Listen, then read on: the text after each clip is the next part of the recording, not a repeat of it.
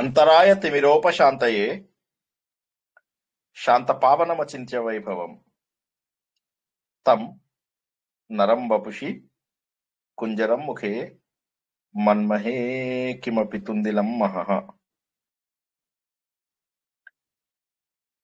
వసుదేవసుతం దేవం కంసచాణూరమర్దనం దేవకీ పరమానందం కృష్ణో వందే జగద్గురుం. శ్రీకృష్ణో వందే జగద్గురుం.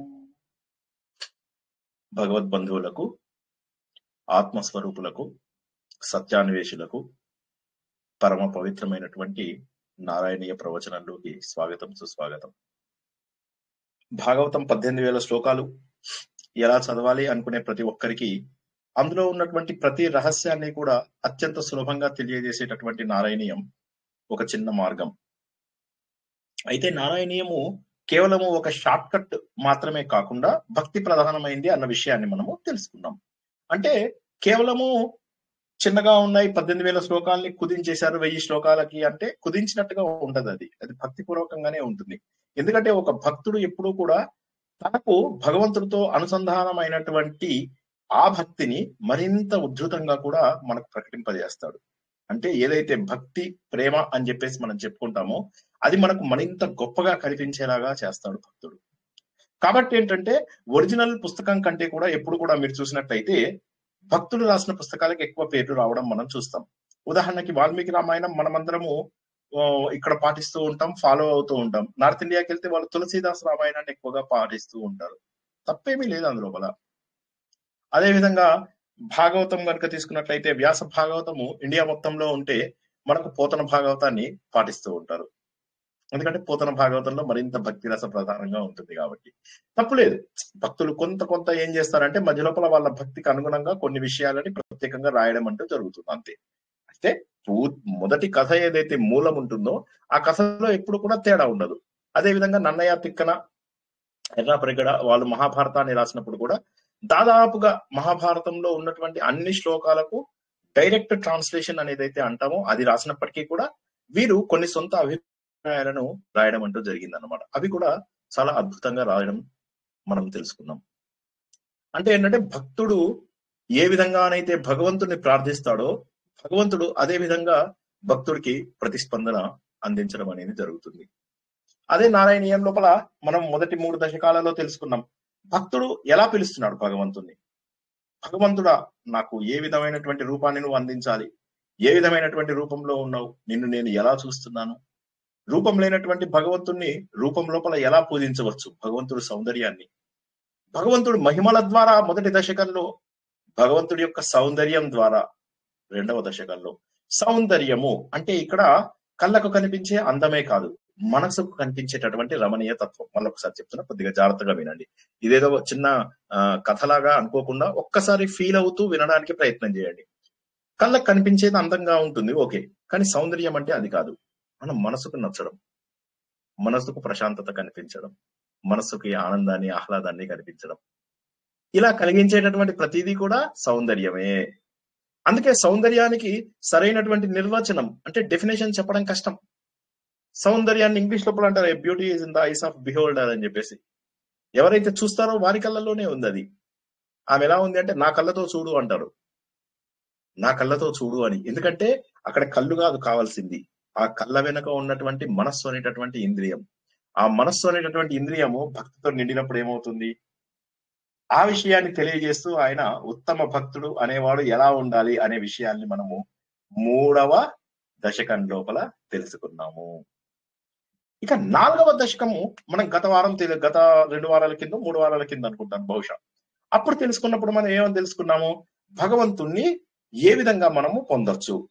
సో ఈ విషయం లోపల చాలా గమ్మత్తైన విషయం ఏంటంటే మొట్టమొదటిసారిగా యోగ సాధన గురించి మాట్లాడడం. అంటే చాలా ఆశ్చర్యం వేస్తుంది. వ్యాసుడు కూడా డైరెక్ట్ గా ముందు యోగాలోకి తీసుకొచ్చేసేసారు. ఆయన తీసుకొచ్చేసి యోగ సాధన ద్వారా భగవంతుని ఎలా చేరుకోవచ్చు, ఆ యోగ సాధనలో భక్తిని చేరిస్తే మరింత బాగుంటుంది. యమ నియమ ఆసన ప్రాణాయామ ప్రత్యాహార ధారణ ధ్యాన సమాధి అనేటటువంటి విషయాలను మనము ఇంతకు ముందు తెలుసుకున్నాము. వాటి ద్వారా మన శరీరంలో ఉన్న కుండలిని ప్రయాణం ఏ విధంగా అవుతుందో, మూలాధార, స్వాదిష్టాన, మణిపూరక, అనాహత, విశుద్ధి, ఆజ్ఞ చక్రాల ద్వారా సహస్రారానికి ఎలా చేరుకుంటాము. ఇవన్నీ కూడా భగవంతుడి రూపాలే. ఇవాళ తెలుసుకుంటాం. ఈ చక్రాలన్నీ కూడా భగవంతుడి యొక్క రూపాలే, విరాట స్వరూపంలో తెలుసుకుంటాం. సో కాబట్టి ఏంటంటే యోగ సిద్ధి ఎలా చేయాలి అనే విషయం లోపల శుకబ్రహ్మ భాగవతంలో ఏం తెలియజేశారంటే, నేను ఒక జ్ఞానిని, నాకు భగవంతుడి యొక్క రూపంతో సంబంధం లేదు, నేను భగవంతుడు ఎటువంటి తేడా లేదు అనేటటువంటి భావన ఉన్నవాడు జ్ఞాని.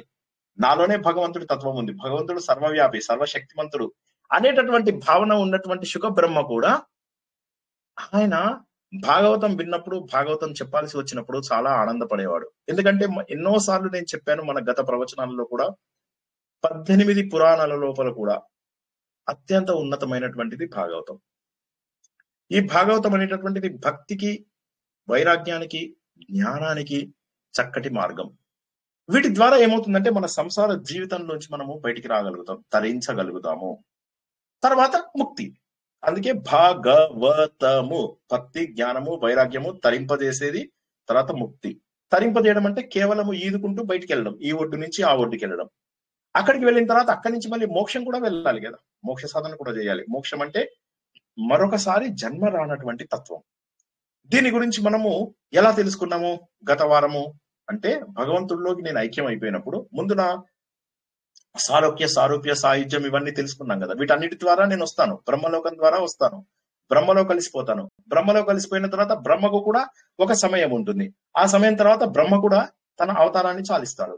చాలించిన తర్వాత అప్పుడు నేను అసలైనటువంటి పరబ్రహ్మ. ఇక్కడ పరబ్రహ్మ అంటే మొదటి దేవుడు అని గుర్తుంచుకోండి. నేను ఏ ప్రవచనంలో మాట్లాడినా పరబ్రహ్మ అంటే మొదటి దేవుడు అని గుర్తుంచుకోండి. మొదటి దేవుడు అంటే ఆ దేవుడు ఒక కల్పం లోపల విష్ణుమూర్తి అవ్వచ్చు, ఒక కల్పం లోపల శివుడు అవ్వచ్చు, ఒక కల్పం లోపల సూర్యుడు అవ్వచ్చు, ఒక కల్పం లోపల గణేష్ అవ్వచ్చు, ఒక కల్పం లోపల అమ్మవారు అవ్వచ్చు, ఎవరన్నా కావచ్చు. పరబ్రహ్మ అంటే మొట్టమొదటి దేవుడు. ఈ మొట్టమొదటి దేవుడికి రూపం లేదు. ఇది మనం నారాయణీయంలో ఇవాళ తెలుసుకుంటాం. రూపం లేదు, ఏ రకమైనటువంటి అలజడి లేదు, ఏ రకమైనటువంటి ఆలోచనలు లేవు. చైతన్యమే చైతన్యము. కొండలు లేవు, కోనలు లేవు, నదులు లేవు, సముద్రాలు లేవు, బ్రహ్మాండాలు, మనకు కనిపిస్తున్నటువంటి గ్రహాలు, నక్షత్రాలు ఇవేవి కూడా లేవు. మరి ఉన్నదేంటి? ఒక్క చైతన్యం మాత్రమే.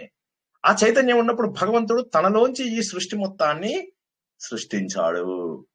ఎలా సృష్టించాడు అనే దాన్ని మనం క్లుప్తంగా తెలుసుకున్నాం గత వారం. ఇవాళ మరింత వివరంగా తెలుసుకుని తర్వాత ఏమవుతుంది, రివర్స్ ట్రావెల్ చేస్తాం మనం. అంటే ఇప్పుడు ఇలా పైనుంచి వచ్చి శరీరం వచ్చింది మనకు. ఇప్పుడు ఏంటి, శరీరాన్ని వదిలి శరీరం నుంచి బ్రహ్మలోకం బ్రహ్మలోకానికి చేరుకుని, బ్రహ్మలోకానికి వెళ్ళిన తర్వాత అక్కడి నుంచి మెల్లమెల్లగా మనము భూమి తత్వంలోకి, ఆకాశ తత్వంలోకి, వాయు తత్వంలోకి ఇలా ఇలా ఇలా మారుకుంటూ, తర్వాత బుద్ధి ఇవన్నీ ఏవైతే మొదట్లో వచ్చాయో ఆ తత్వాలలోకి మారుకుంటూ చివరికి పరబ్రహ్మలోకి కలిసిపోతాము అన్న విషయాన్ని మనము గత 4 దశకాల లోపల తెలుసుకున్నాం. ఒక్కసారి ఈ 4 దశకాలలో ఏమైనా చిన్న డౌట్ ఉన్నా కూడా మొహమాటం లేకుండా అడగండి.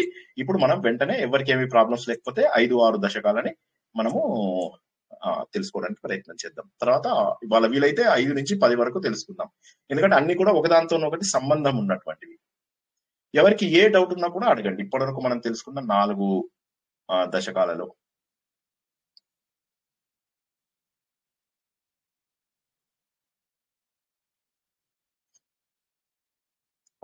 వండర్ఫుల్. ఈ రోజు మనము 5వ దశకాన్ని ప్రారంభించుకుందాం. హరిత, మీరు కానీ ఎవరైనా టీం లోపల ఒక్కసారి 5వ దశకాన్ని పాడతారా? జై శ్రీకృష్ణ అండి. ఎవరైనా సరే విరాట పురుషుడి యొక్క ఉత్పత్తి గురించి.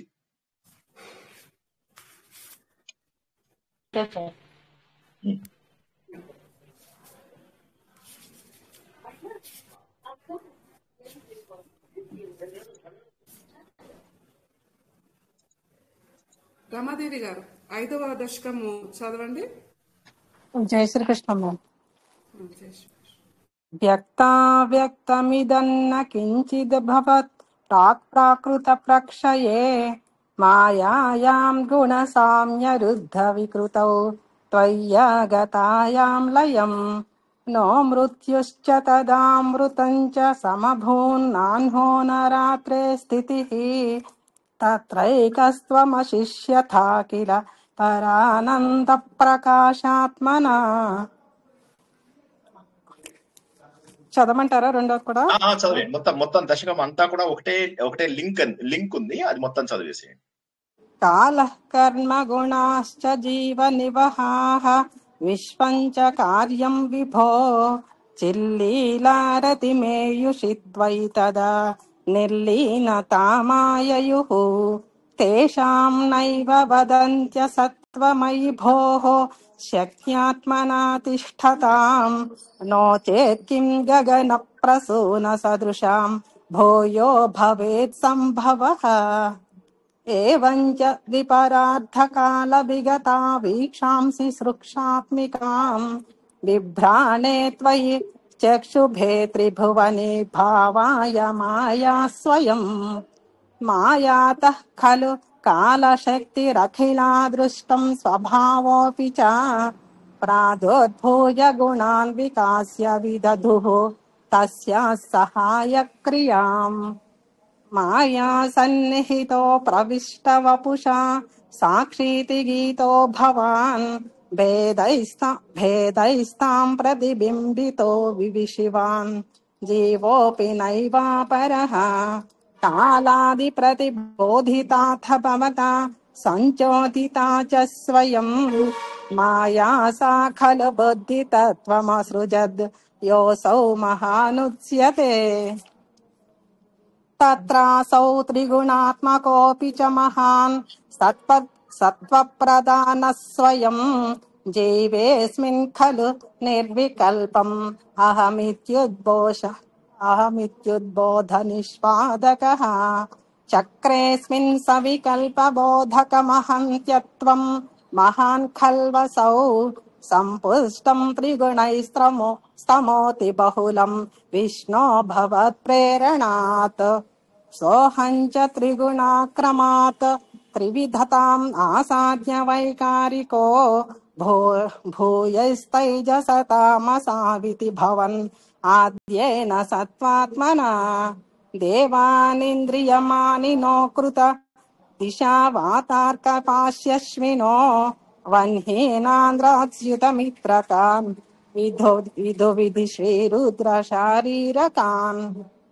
भूमन्मानसबुद्ध्यहङ्कृति मिलच्छित्ताख्यवृत्त्यन्वितम् तच्चान्तःकरणम् विभो तव बलात् सत्त्वांश्च एवासृजत् जातस्तैजसतो दशेन्द्रियगणः तत्तामशांशात् पुनः तन्मात्रं नभसो मत्पुरपते शब्दो जनित्वद्बलात् शब्दाद्योम ततः सर्जित विभो स्पर्शं ततो मारुतं तस्माद्रूपमतो महोऽथ च रसं तोयं च गन्धं महीम् एवं माधव पूर्वकलनाद् आद्याध्यधर्मान्वितं भूतग्राममिमं त्वमेव भगवन् प्राकाशयस्तामसात् एते भूतगणास्तथेन्द्रियगणाः देवाश्च जाताः पृथक् नोषेकुर्भाण्डवनिर्मितविधौ देवैरमीभिस्तदा त्वं नानाविधसूक्तिभिर्नुतगुणः तत्त्वान्यमोऽन्याविशन् चेष्टाशक्तिमुदीर्य तानि घटयन् ऐरण्यमण्डं व्यधाः अंडं तत्खलु पूर्वसृष्टिसलिले तिष्ठत् सहस्रं समाः निर्बिन्दन्न कृताश्चतुर्दश जगद्रूपं विराडाह्वयम् साहस्रैः करपादमूर्धनिवहैः निःशेषजीवात्मको निर्भातोऽसि मरुत्पुराधिप समं त्रायस्व सर्वामयात्। ओम श्री कृष्ण सर्वत्र नाम संकीर्तनम गोविंदा गोविंदा। श्री कृष्णाय परब्रह्मणे नमः। नारायण अखिल गुरो भगवन् नमस्ते। जय श्री कृष्ण मास्टर। జై శ్రీకృష్ణ. చాలా చక్కగా చదివారు. ఇప్పుడు అందరూ పెన్ను పేపర్ ఉన్న వాళ్ళు కాస్త రాసుకోండి. మీకు ఏమి కష్టం లేకుండా వీలైనంత సులభంగా చెప్పడానికి ప్రయత్నం చేస్తాను. పెన్ను పేపర్ ఉన్నా సరే, లేకపోతే మీరు విని విని మైండ్ లోపల పెట్టుకుంటాం అనుకుంటే కూడా సరే. కాకపోతే ఒక్కటి కాస్త జాగ్రత్తగా వినండి అండ్ టక్మన ఆపేసేయండి. మీరు ఏదన్నా డౌట్ వస్తే ఆ మొత్తం చెప్పాక విందాంలే అని, లేకపోతే ఈ డౌట్ అడిగితే నా ఫ్రెండ్స్ ఏమనుకుంటారో, నాకు ఇది కూడా తెలియదు ఏం పర్వాలేదు. తెలియదు అనుకుంటే ఏం పర్వాలేదు, తప్పేం లేదు. తెలియకపోతే తప్పు లేదు. తెలియకపోతే అడగకుండా ఉంటే తప్పు. ఓకేనా? సో అందరికి ఓకేనా ఈ అగ్రిమెంట్? అందరికి సరిపోయిందా? ఏమి డౌట్ ఉన్నా కూడా ఆపేసి అడిగేసేయండి. ఓకేనా? మొట్టమొదట మనం ఏం తెలుసుకున్నాము? ప్రపంచంలో ఏమీ లేదు అని చెప్పేసి. ఇందులో మొట్టమొదటి శ్లోకం ఏదైతే ఉందో, మనం ఇవాళ ఇప్పుడు మీకు చదివినటువంటి దాంట్లో మొట్టమొదటి శ్లోకంలో ఏముంది? భగవంతుడు ఏమీ లేదు. ప్రకృతి ఎప్పుడైతే మొత్తం ప్రళయమో, మొత్తం అన్ని రకాల 4 రకాల ప్రళయాలు ఉంటాయి అని చెప్పేసి తెలుసుకున్నాం. అందులోపల ఫైనల్ ప్రళయం అయిపోయిన తర్వాత చూసినట్టయితే ఏమీ లేదు. అన్ని భగవంతుడి లోపల లీనమైపోయాయి. ఏమీ లేదు. ఆ సమయం లోపల ఏ రకమైనటువంటి ఇది లేదు. మృత్యువు గాని, అమృతము గాని, వాళ్ళు చెప్పారు చూడు, రాత్రి గాని, పగలు గాని, వెలుతురు గాని, చీకటి గాని, కొండలు గాని, ఫ్లాట్ సర్ఫేసెస్ గాని, చెట్లు గాని, చేమలు గాని ఏమీ లేవు మనకు కనిపిస్తున్న బ్రహ్మాండాలు అని మనం మొదటి శ్లోకంలో తెలుసుకున్నాం. తర్వాత ఏమైంది? అటువంటి సమయం లోపల మరి భగవంతుడు తన సంకల్పం ద్వారా ఒక మహత్తు అనే దాన్ని ఒకటి క్రియేట్ చేశాడు. ఈ మహత్తత్వం అనేది ఏంటంటే, ముందుగా సృష్టి ప్రారంభానికి కావలసినటువంటి ఒక చిన్న ఏమంటారు, ఒక ప్లాట్ఫామ్ అని చెప్పి చెప్పుకోవచ్చు. ఓకే, మహత్తు లేదా మహత్తత్వము అంటారు. ఈ మూల ప్రకృతి అనేది ఇక్కడ నుంచి, ఈ మూల ప్రకృతి అని భగవంతుని ఏదైతే అంటున్నామో అందులోంచి మహత్తు తయారైంది. అంటే భగవంతుడు ముందు రూపం లేనటువంటి భగవంతుడు తర్వాత రూపం ఎత్తాడు. ఆ రూపం ఎత్తినటువంటి భగవంతుడు ఈ ప్రపంచం మొత్తాన్ని కూడా ఒక ఫ్లాట్ సర్ఫేస్ లాగా తయారు చేశాడు. అంటే సృష్టి చేయడానికి కావలసినటువంటి పద్ధతి లోపల తయారు చేశాడు. తయారు చేసిన తర్వాత దాన్ని మహత్తత్వము అంటాం. ఏమంటాము? మహత్తత్వము అని చెప్పేసి అంటాము. ఈ మహత్తత్వం అనేది ఏంటంటే భగవంతుడి యొక్క జ్ఞాన శక్తి లేదా బుద్ధి శక్తి అన్నమాట. చాలా అంటే ఇక్కడ నుంచే, అంటే ఇప్పుడు ఏమవుతుంది, ఆలోచనలు లేనిదే మనం కల రాదు మనకు. అదే విధంగా భగవంతుడిలో జ్ఞానము ఏదైతే ఉంటుందో ఆ జ్ఞానము లేదా బుద్ధితత్వం అనేది కనుక రాకపోతే ఈ ప్రపంచమంతా కూడా తయారయ్యేది కాదు. సో ఇక్కడ ఈ బుద్ధితత్వం ఏదైతే ఉంటుందో, ఈ మహత్తత్వం అనే దానికి ప్రద్యుమ్నుడు అధిపతి అని చెప్పేసి చెప్తారు అనమాట. ఓకేనా? ఇక్కడ దాకా అర్థం కాని వాళ్ళు ఒక్కసారి అడగండి. ముందు అర్థమైందా? ఏమీ లేనటువంటి తత్వము. తర్వాత భగవంతుడు తన సంకల్పంతో ఈ ప్రపంచాన్ని సృష్టించాలనుకున్నాడు. ప్రపంచాన్ని సృష్టించాలనుకున్నప్పుడు ముందు కావలసినటువంటి అరేంజ్మెంట్స్ చేసుకుంటాం. మనం ఏం చేసుకుంటాం? ఉదాహరణకి వంట చేయాలనుకోండి. వంట చేయాలంటే ఏం చేస్తాం? ముందు వంట చేసేసిన తర్వాత పని మనిషి వెళ్ళిపోయింది, గిన్నెలన్నీ తోమేసింది, వెళ్ళిపోయింది. ఓకే, దాన్ని ప్రళయం అంటాం. ప్రళయం అయిపోయింది. ఇప్పుడు ప్రళయం అయిపోయిన తర్వాత మళ్ళీ వంట చేసుకోవాలి కదా, దాన్ని సృష్టి అంటాం. ఓకే, మీకు అర్థమయ్యే లాంగ్వేజ్ లో చెప్పడానికి ప్రయత్నం చేస్తున్నాను, కాస్త జాగ్రత్తగా వినండి. ఇప్పుడు ఏం చేయాలి? కావలసినది కొద్దిగా నీట్ గా పెట్టుకోవాలి, స్టవ్ ను మంచిగా రెడీగా పెట్టుకోవాలి, కావలసిన వస్తువులన్నింటినీ దగ్గర పెట్టుకోవాలి. దీని అన్నిటికీ కావలసినటువంటి బుద్ధి ఏదైతే ఉంటుందో దాన్ని మహత్తత్వము అంటారు. ఈ పాయింట్ అర్థమైందా మీకు? మహత్తు అంటే అర్థమైందా? ఈ మహత్తత్వానికి ప్రద్యుమ్నుడు అధిపతి. ఇప్పుడు అర్థం కాని వాళ్ళు అడగండి ఒకసారి. జై శ్రీకృష్ణ సార్. ప్రద్యుమ్నుడు కూడా అంటే స్వామి సృష్టించిండే అవతారము అనేసే అనుకోవాలనా సార్? అంటే ఆ తత్వం పేరు భగవంతుని వ్యూహన. అంటే భగవంతుడికి అప్పుడు రూపం లేదు ఇంకా. ఈ తత్వం ఏదైతే బుద్ధి తత్వం ఏదైతే ఉందో దాన్ని ప్రద్యుమ్నుడు, అంటే ఏదో ఒక పేరు పెట్టుకోకపోతే మనము బుద్ధితత్వం అని పిలవలేం కదా, అందుకోసం ఒక పేరు పెట్టుకుందాం దానికి. ఏంటంటే ప్లాట్ఫామ్ అంతా నీట్ గా, వంట కోసం నీట్ గా తయారు చేసుకొని, స్టవ్ ను నీట్ గా కడుక్కుని, తర్వాత కూరగాయలన్నీ ఒక దగ్గర పెట్టుకుని అన్ని తయారు చేయాలి కదా మనము.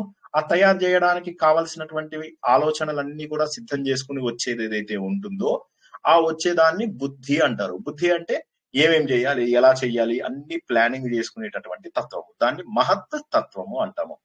ఓకేనా? మహత్తుకు ప్రద్యుమ్నుడు అధిపతి అన్నట్లుగానా సార్ ఇప్పుడు? కరెక్ట్. Thank you sir. ప్రద్యుమ్నుడు అంటే ఒక దేవుడు లాగా కాకుండా ఒక బుద్ధి తత్వము అని చెప్పేసి అర్థం చేసుకోండి. ఓకేనా? ఇంకా నెక్స్ట్ అదైన తర్వాత ఎవరు చెయ్యాలి?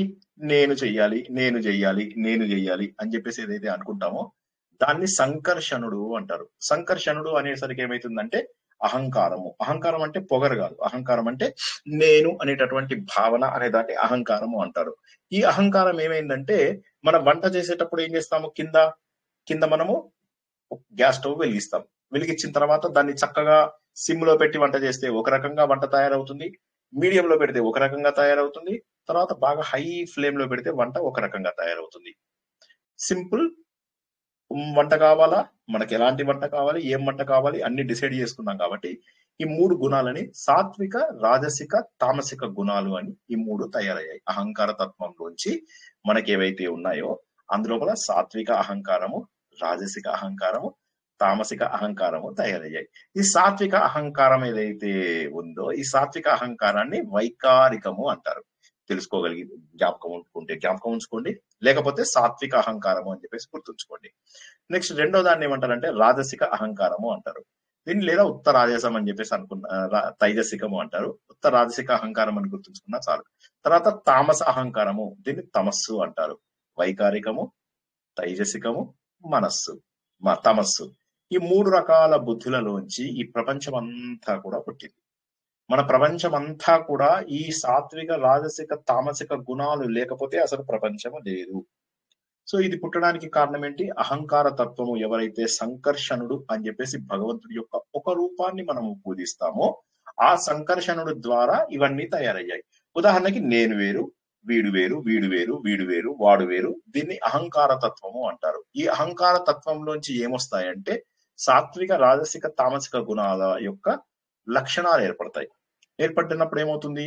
ఇందులోపల సాత్విక లక్షణాలు ఉన్నటువంటి దాన్నేమో వైకారికము అంటారు, రాజస లక్షణాలు ఉన్న వాటినేమో తైజసికము అంటారు, తామసిక లక్షణాలు ఉన్న వాటిని తమస్సు అంటారు. వీటి ద్వారా మన శరీరంలో జ్ఞానేంద్రియాలు, కర్మేంద్రియాలు, మనస్సు, బుద్ధి, చిత్తము, అహంకారము, చెవులు ఇవన్నీ ఏర్పడ్డాయి. ఇప్పుడు ఒక్కసారి డౌట్ ఉన్న వాళ్ళు అడగండి. ఆపేస్తున్నా. చిన్న డౌట్ ఉన్నా అడగండి. అర్థం కాకపోతే కూడా మళ్ళీ చెప్పమంటే చెప్తా. ఈ సంకర్షణుడు అంటే నేను అనే భావన, అది కూడా ఒక తత్వము, ఒక తత్వం. అహంకార తత్వం సంకర్షణలు అంటాం. అంటే దేవుడికి ఒక రూపం ఇస్తే ఇచ్చుకోండి, తప్పేమీ లేదు. మీకు గుర్తుంటుంది, జ్ఞాపకం ఉంటుంది. అంటే ప్రద్యుమ్నుడు అనగానే ఓకే, ఈయన మహత్తత్వము లేదా బుద్ధితత్వము, బుద్ధితత్వానికి ఈయన అధిపతి. తర్వాత సంకర్షణుడు, ఈయన అహంకార తత్వానికి అధిపతి. ఈ సంకర్షణుడే గనక లేకపోతే సాత్విక, రాజసిక, తామసిక గుణాలు అనేవి వచ్చేవి కాదు అని గుర్తుంచుకోండి. చెప్పండి. సంకర్షణ అంటేనే ఈ 3 గుణాల కలయికతో ఏర్పడింది నేను అనే అహంకారంతో, ప్రకృతి గుణాలు. అది అహంకారం 3 రకాలు: సాత్విక అహంకారము, తామసిక అహంకారము, రాజసిక అహంకారం. అంటే ఏంటి? అహంకారం అంటే పొగరు కాదు అని చెప్పి మనం గుర్తుంచుకోవాలి. రాజసిక లక్షణాలు కూడా మనకు కొన్ని కావాలి. ఉదాహరణకి రాజసిక లక్షణాలతో ఏం ఏర్పడతాయి, తామసిక లక్షణాలతో ఏం ఏర్పడతాయి, సాత్విక లక్షణాలతో ఏం ఏర్పడతాయి అంటే మన శరీరంలో ఉన్నటువంటి వివిధ భాగాలు వీటి ద్వారా ఏర్పడతాయి. ఉదాహరణకు మనకు జ్ఞానేంద్రియాలు ఉన్నాయనుకోండి, జ్ఞానశక్తి ప్రధానమైనటువంటిది సాత్వికం. ఇందులోంచి మనకి ఏమవుతుంది? శబ్ద, స్పర్శ, రూపరస, గంధాలు అనేటటువంటివి. అంటే చెవులు, స్పర్శ అంటే శబ్ద, స్పర్శ అంటే చర్మము, శబ్ద, స్పర్శ, రూపము. రూపం అంటే ఏంటి? రూపం అంటే ఏంటి? దృక్ అంటే నేత్రాలు. ఆ తర్వాత శబ్ద, స్పర్శ, రూప, రసము అంటే నాలుక అంటే టేస్ట్, గంధము అంటే ముక్కు. ఈ 5 భాగాలు ఏర్పడతాయి. వీటిని జ్ఞాన ఇంద్రియాలు అంటారు. ఈ జ్ఞాన ఇంద్రియాలకు దేవతలు ఉంటారు. చెవులు ఉన్నారు. చెవులని మనం ఏమనుకున్నాం ఇంతకుముందు? దిక్ దేవతలు అని చెప్పేసి అనుకున్నాం. ఈ చర్మంకు వాయుదేవుడు. ఎవరు? చర్మానికి మాట్లాడతలేదు, వాయుదేవుడు. ఓకే. సో తర్వాత ముక్కుకేమో అశ్విని దేవతలు. ఇందులోపల అశ్విని దేవతలు ఉంటారు అని చెప్పేసి తెలుసుకున్నాం. ప్రతి అవయవానికి ఒక దేవతను పెట్టారు, ఎందుకంటే మనకు గుర్తుంచుకోవడానికి. మళ్ళీ ఒకసారి జాగ్రత్తగా గుర్తుంచుకోండి. ఎవరో మ్యూట్ లో లేరు, మ్యూట్ లో పెట్టుకోండి. ప్రశ్న ఉంటే అడగండి. ఇప్పుడు మనం ఏం తెలుసుకుంటున్నామంటే సాత్విక, ఇప్పుడు మన శరీరం ఎలా తయారైందో తెలుసుకుంటున్నాం. జాగ్రత్తగా గుర్తుంచుకోండి. మన శరీరం ఎలా తయారవ్వాలి, శరీరానికి కావాల్సిన వస్తువులు ఎవరు తయారు చేస్తున్నారు. ముందు రా మెటీరియల్ అంటారు కదా. రా మెటీరియల్ అంటే ఏంటి? ముడి సరుకుని తయారు చేసుకోవాలి. ఇప్పుడు భగవంతుడు ఇంకా మనుషులను సృష్టించలేదు, పశువులను సృష్టించలేదు, చెట్లు చేమలను సృష్టించలేదు. ప్రణాళిక మాత్రం చేస్తున్నాడు భగవంతుడు. ఇంకా ప్రణాళికలోనే ఉన్నాడు. ఈ ప్రణాళికలోనే ఉన్నటువంటి భగవంతుడు ఏం చేస్తున్నాడు? బుద్ధితత్వము అని ముందు ప్రణాళికలోంచి ఒక బుద్ధితత్వము అనేటటువంటి ఒక వ్యక్తిని తీసుకొచ్చాడు. ప్రద్యుమ్నుడు అనే వ్యక్తి. అతడు ప్లానింగ్ చేస్తున్నాడు. ఆ ప్లానింగ్ చేస్తున్న అతను ఏం చేశాడు? వస్తువులు తయారవ్వాలి, ఫస్ట్ ముడి సరుకు తయారవ్వాలి. ముడి సరుకు తయారవ్వాలి అంటే ఎలా తయారవుతుంది? ఉదాహరణకి నన్ను తీసుకుంటే నా శరీరం లోపల నేను కళ్ళు, ముక్కు, నోరు, చెవులు, చర్మం అంటే పంచ జ్ఞానేంద్రియాలు కావాలి. నెక్స్ట్ పంచ కర్మేంద్రియాలు కావాలి. మళ్ళీ పంచకర్మేంద్రియాలు అంటే కాళ్ళు, చేతులు, విసర్జన అవయవాలు, మాట్లాడేటటువంటి శక్తి, వీటికి అవయవాలు కావాలి. మనస్సు, బుద్ధి, చిత్తము, అహంకారము అని ఉంటాయి. మనస్సు, బుద్ధి, చిత్తం, అహంకారం అన్ని కూడా మనస్సు. ఈ మనస్సు అన్నిటికంటే కూడా గొప్పది. అందుకోసమని దాన్ని ఏమంటారంటే 11వ ఇంద్రియము అంటారు. 5 జ్ఞానేంద్రియాలు, 5 కర్మ ఇంద్రియాలు, మొత్తం 10. 11వది అన్నిటికంటే గొప్పదైనటువంటి మనస్సు అనే ఇంద్రియం. ఈ మనస్సు అనే ఇంద్రియానికి అనిరుద్ధుడు అనేటటువంటి దేవుణ్ణి అక్కడ అధిపతిగా పెట్టారు. మిగతా 10కి కూడా దేవతలు ఉండాలి కదా. మన హిందూ ధర్మంలో ఏంటంటే ప్రతిదానికి ఒక దేవతను పెడతారు. ముందు అన్నిటికంటే ముందు ప్రణాళిక చేసే, అందుకే పెన్ను పేపర్ కంపల్సరీ అని చెప్పింది నేను. అందుకే ఒక్కసారి అర్థమైతే చాలు, మళ్ళీ మీరు జీవితంలో మర్చిపోరు. ఇప్పుడు ఎందుకంటే నేను ఎందుకు మర్చిపోవడం లేదు అంటే ఇది ఎన్నోసార్లు మీకు చెప్తూ ఉన్నాను. ఎందుకంటే నాకు ఫస్ట్ టైం అర్థమైంది, ఆ తర్వాత మళ్ళీ నాకు చూసుకోవాల్సిన అవసరం రాలే. ఒక్కసారి జాగ్రత్తగా వినండి. సృష్టిలో ఏం లేదు, ఎలా తయారు చేస్తాం? ఇప్పుడు ఉదాహరణకి మీరు ఒక అపార్ట్మెంట్ కాంప్లెక్స్ కట్టాలంటే ఏం చేస్తారు? ముందు అక్కడికి వెళ్ళి ముందు చదువు చేస్తారు, తర్వాత ప్లానింగ్ చేస్తారు, తర్వాత ఏం తెప్పించాలో ఆలోచిస్తారు, ముడి సరుకు ఏమేమి తెప్పించాలో ఆలోచిస్తారు, దానికి సంబంధించినటువంటి ఇంకా తెప్పించలేదు, దానికి కావాల్సినవన్నీ ముందు ఉన్నాయా లేదా అని ఏం చేస్తారు? ఒక్కొక్క దానికి, బాబు నువ్వు కాంక్రీట్ తీసుకురావాలి, బాబు నువ్వు సిమెంట్ తీసుకురావాలి, బాబు నువ్వు వెళ్ళి బుల్డోజర్లు తీసుకురావాలి, బాబు నువ్వు వెళ్ళి క్రేన్లు తీసుకురావాలి అని ఒక్కొక్క అధిపతికి అప్పచెప్తారు. అవునా? ఒక అపార్ట్మెంట్ కట్టడానికి ఎంత ప్రణాళిక చేస్తారు? అదే విధంగా భగవంతుడిలోంచి ఉత్పన్నమైనటువంటి ఒక మూల తత్వం అనేది ఏదైతే ఉంటుందో, అవ్యక్తం అంటే కనిపించనటువంటి ఒక తత్వంని అవ్యక్తం అంటారు. ఆ అవ్యక్తం ప్రధానంగా ఉన్నటువంటి దాంట్లోంచి ముందుగా మహత్తత్వం అంటే ప్లానింగ్ చేసేటటువంటి ఒక వ్యక్తి బయటికి వచ్చాడు. ఆ వ్యక్తిని ప్రద్యుమ్నుడు అంటారు. భగవంతుడి యొక్క బుద్ధి తత్వముని ప్రద్యుమ్నుడు అంటారు. అంటే చీఫ్ మేనేజర్, చీఫ్ ఆర్కిటెక్ట్. ఆయన ఏం చేశాడు? ముడి సరుకు తీసుకొచ్చేటటువంటి ఒక వ్యక్తిని తయారు చేసుకొచ్చాడు. ఆయన పేరు సంకర్షణుడు. నేను చాలా చిన్న పిల్లలకు, 5వ క్లాస్ పిల్లలకు చెప్పినట్టుగా చెప్తున్నాను. అర్థం చేసుకోవడానికి ఇంకా వీలైనంత సులభంగా అర్థం చేసుకోవడానికి ప్రయత్నం చేయండి. ఇక్కడ దాకా వచ్చిన తర్వాత మళ్ళీ నెక్స్ట్ మనం దేంట్లోకి వచ్చాము? ముడి సరుకును తయారు చేయాలి కదా. ఒక్కొక్క ముడి సరుకుకి ఒక్కొక్క అధిపతిని పెట్టాము. అందులోపల కళ్ళకి ఎవరిని పెట్టాము? కళ్ళకి ఎవరిని పెట్టాం చెప్పండి? సూర్యచంద్రుడు. ఈ కళ్ళు మూసుకుని తెరుచుకుంటే రాత్రి పగలు అని చెప్పి తెలుసుకున్నాం. కళ్ళు సూర్యచంద్రుడు, ముక్కు అశ్విని దేవతలు, చెవులు దిగ్దేవతలు, చర్మం వాయుదేవత. ఇంకేం మిగిలింది?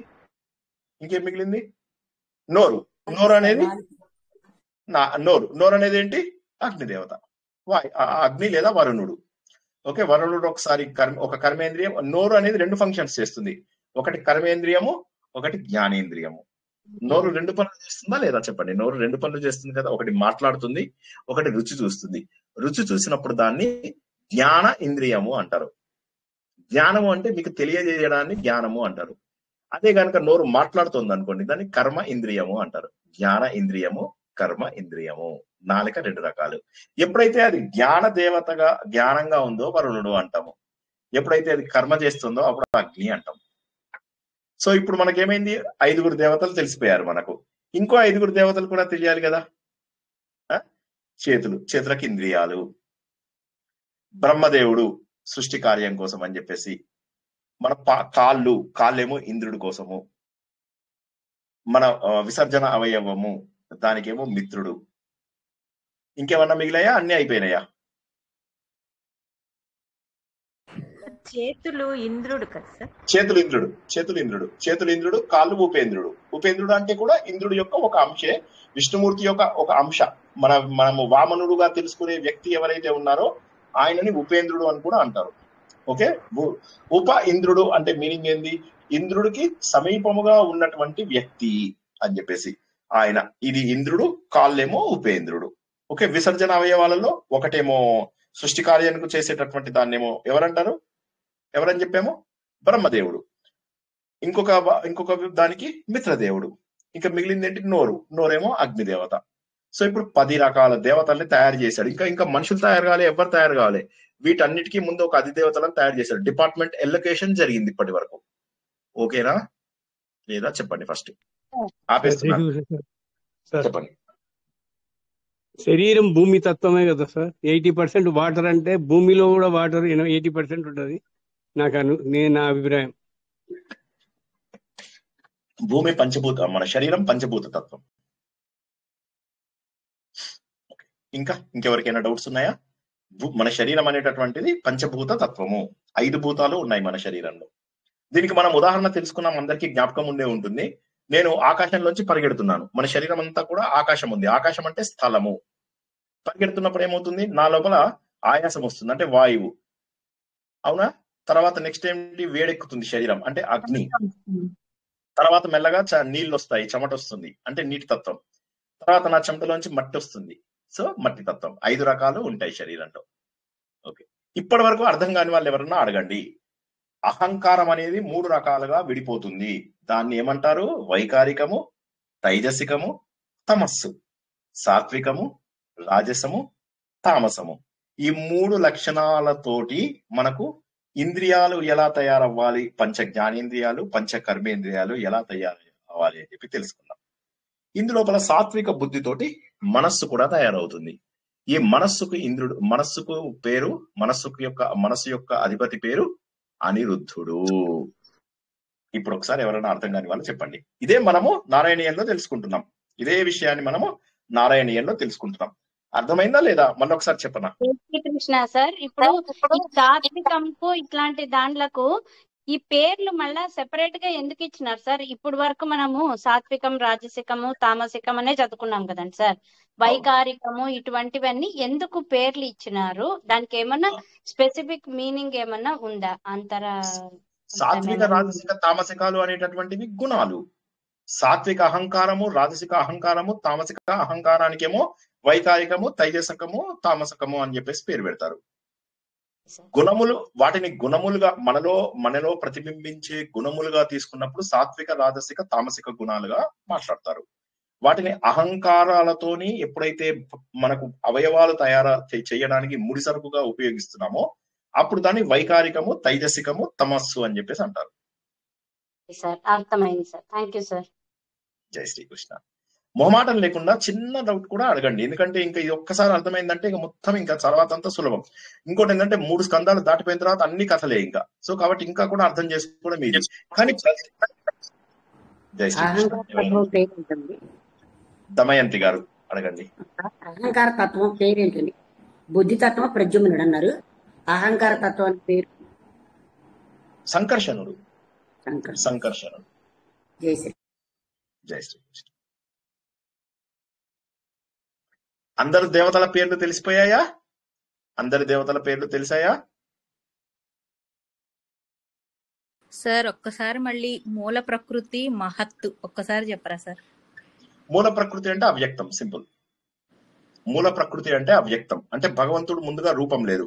అది మనం నారాయణీయంలో తెలుసుకున్నాం మొదటి శ్లోకం. అంటే ఇప్పుడు ఏమవుతుంది, ప్రళయం అయిపోయింది, మా ఇంటికి పని మనిషి వచ్చింది, వెళ్ళిపోయింది, ఇల్లంతా క్లీన్ గా ఉంది. అప్పుడు ఏ విధమైన వంటలు లేవు, ఏ విధమైనటువంటి వాసనలు లేవు, ఏ విధమైనటువంటి గిన్నెలు లేవు, ఏమీ లేవు, ఇల్లంతా క్లీన్ గా ఉంది. ఓకేనా? దాన్ని మూల ప్రకృతి అంటాము.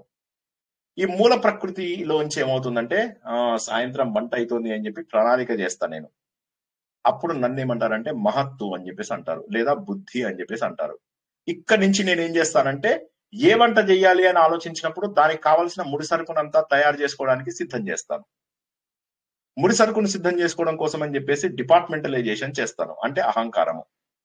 అంటే తక్కువ సిమ్లో పెట్టాలా, ఎక్కువ సిమ్లో పెట్టాలా, హై సిమ్లో పెట్టాలా, ఏదో ఉంటుంది కదా, దాన్ని సిమ్ ఏదో అంటారు కదా, అగ్ని. అది సాత్విక, రాజసిక, తామసిక. సో భగవంతుడు ఏం చేశారు అంటే ముందు గుణాలు లేవా సార్? అంటే నేను చెయ్యాలి అన్న ఆలోచన వచ్చింది అంటే అది నాకు రజోగుణం అనేది పెరిగితే, ఆ చలనం అనేది వస్తేనే కదా. అంటే ఇప్పుడు గుణములను పుట్టించింది భగవంతుడు, గుణములని పుట్టించింది భగవంతుడు. భగవంతుడు సంకల్పంలో గుణములు అవసరం లేదు, కానీ మన ప్రపంచం తయారవడానికి గుణములు అవసరమయ్యాయి. అంటే భగవంతుడి యొక్క సంకల్పం ఏదైతే ఉంటుందో ఆ సంకల్పంలో అసలు సాత్విక, రాజసిక, తామసిక గుణాలు క్రియేట్ చేయకుండా కూడా వదిలేయచ్చు. ఏ విధమైనటువంటి సంక్షోభం ఉండదు, అందరం ప్రశాంతంగా ఉండవచ్చు, అందరం ఒకే రకంగా ఉంటాం. జలుబులు రావు, దగ్గులు రావు, ప్రాబ్లమ్స్ రావు, అందరం మనుషులుగానే హ్యాపీగా బతుకుతాం. ఎవరిలోనూ కోపాలు రావు, ఎవరిలోనూ ఏమీ రావు, అందరూ గుణాతీతులై ఉంటాం. కానీ భగవంతుడు ఏం చేశారంటే లేదు, వైవిధ్యత సృష్టించాలి. వైవిధ్యత సృష్టించడం కోసమే భగవంతుడు సాత్విక, రాజసిక, తామసిక గుణాలని పుట్టించాడు. ఆ అహంకార తత్వంలోంచి అప్పుడు మీరు చెప్పినట్టుగా భగవంతుడి యొక్క రాజసిక తత్వంలోంచి ఇవి పుట్టాయి, చలనంలోంచి భగవంతుడి యొక్క జ్ఞాన శక్తిలోంచి ఇవి పుట్టాయి, భగవంతుడి యొక్క తమస్సులోంచి ద్రవ్యము తయారైంది అని చెప్పేసి మనం చెప్పుకోవచ్చు. భగవంతుడి తమస్సులోంచి ఇవన్నీ పంచభూతాలు తయారైతే దాన్ని తమస్సు అంటారు. ఇంకా పంచభూతాల దాకా రాలేదు మనం. పంచ జ్ఞానేంద్రియాలు, పంచ కర్మేంద్రియాలు, మనస్సు, ఈ మూడు ఎక్కడి నుంచి తయారయ్యాయి? భగవంతుడు సృష్టించినటువంటి అహంకార తత్వము మూడుగా విడిపోయి రాజసికంగా సాత్వికంగా వచ్చినప్పుడు జ్ఞానేంద్రియాలు, కర్మేంద్రియాలు తయారయ్యాయి. ఇప్పుడు మనకు తమస్సులోంచి శరీరం తయారైంది. అంటే ఈ ముద్ద ఏదైతే ఉందో, పంచభూతాల ముద్ద ఏదైతే ఉందో మన శరీరము, అది తమస్సులోంచి తయారైంది. ఈ మూడు గుణాలు లేనప్పుడు ఏమీ లేదు. అసలు ఈ మూడు గుణాలు లేకపోతే మనం అందరం ఈ శరీరం ఉండేది కాదు, ఈ ఇంద్రియాలు ఉండేవి కాదు, ఈ మనస్సు బుద్ధి ఉండేవి కాదు, ఇవేవి ఉండేవి కాదు. మనస్సు అంటే సాత్విక తత్వం, జ్ఞానేంద్రియాలు అంటే సాత్విక తత్వం, కర్మేంద్రియాలు అంటే రాజసిక తత్వం, శరీరము అంటే తమస్సు. ఇవన్నీ కూడా భగవంతుడు క్రియేట్ చేశాడు. భగవంతుడికి ఈ గుణాలు ఉండవు. ఇప్పుడు భగవంతుడిలో అది జరిగింది కాబట్టి రాజస్సు అనకూడదు, ఎందుకంటే భగవంతుడికి గుణములు ఉండవు. గుణములకు అతీతుడు భగవంతుడు. ఓకేనా? Okay sir. భగవంతుడికి గుణాలు ఉండవు. అక్కడే డౌట్ గా ఉంది సార్, అది ఎన్నిసార్లు విన్నా అర్థం కావట్లేదు అక్కడ మాత్రం. ఇప్పుడు అర్థమైందా? ఏం లేదు, ఒకటి గుర్తుంచుకోండి. భగవంతుడు చేసే పనులు సంకల్పంతో చేస్తాడు. భగవంతుడు చేసే ప్రతి పని సంకల్పంతో జరిగిపోతుంది. అయితే ఆ సంకల్పంతో జరిగిన తర్వాత ఈ సాత్విక కదిలిన ప్రతి ఒక్కటి రాజసికం అవ్వదు. ఇక్కడ మనం చేసేటప్పుడు అవి సాత్విక, రాజసిక, తామసిక గుణాలు. భగవంతుడు చేస్తే సాత్విక, రాజసిక, తామసిక గుణాలు ఉండవు. అందుకే భగవంతుడిని మనం ఏమంటామంటే గుణాలకు అతీతుడు అని చెప్పేసి అంటాం. ఇప్పుడు ఈ సృష్టి మొత్తము చేసినప్పటికీ కూడా అది భగవంతుడిలో అలజడి కాదు, భగవంతుడి యొక్క సంకల్పం మాత్రమే. భగవంతుడు అలజడి అంటే రజస్సు, భగవంతుడు రజోగుణం వాడవుతాడు. అందుకని భగవంతుడు ఏం చేశాడు? తనలోంచి మూడు భాగాలుగా తనని తను డివైడ్ చేసుకున్నాడు. సాత్విక భావంతో విష్ణుమూర్తిని, రాజసిక భావంతో బ్రహ్మను, తామసిక భావంతో శివుడిని సృష్టించాడు.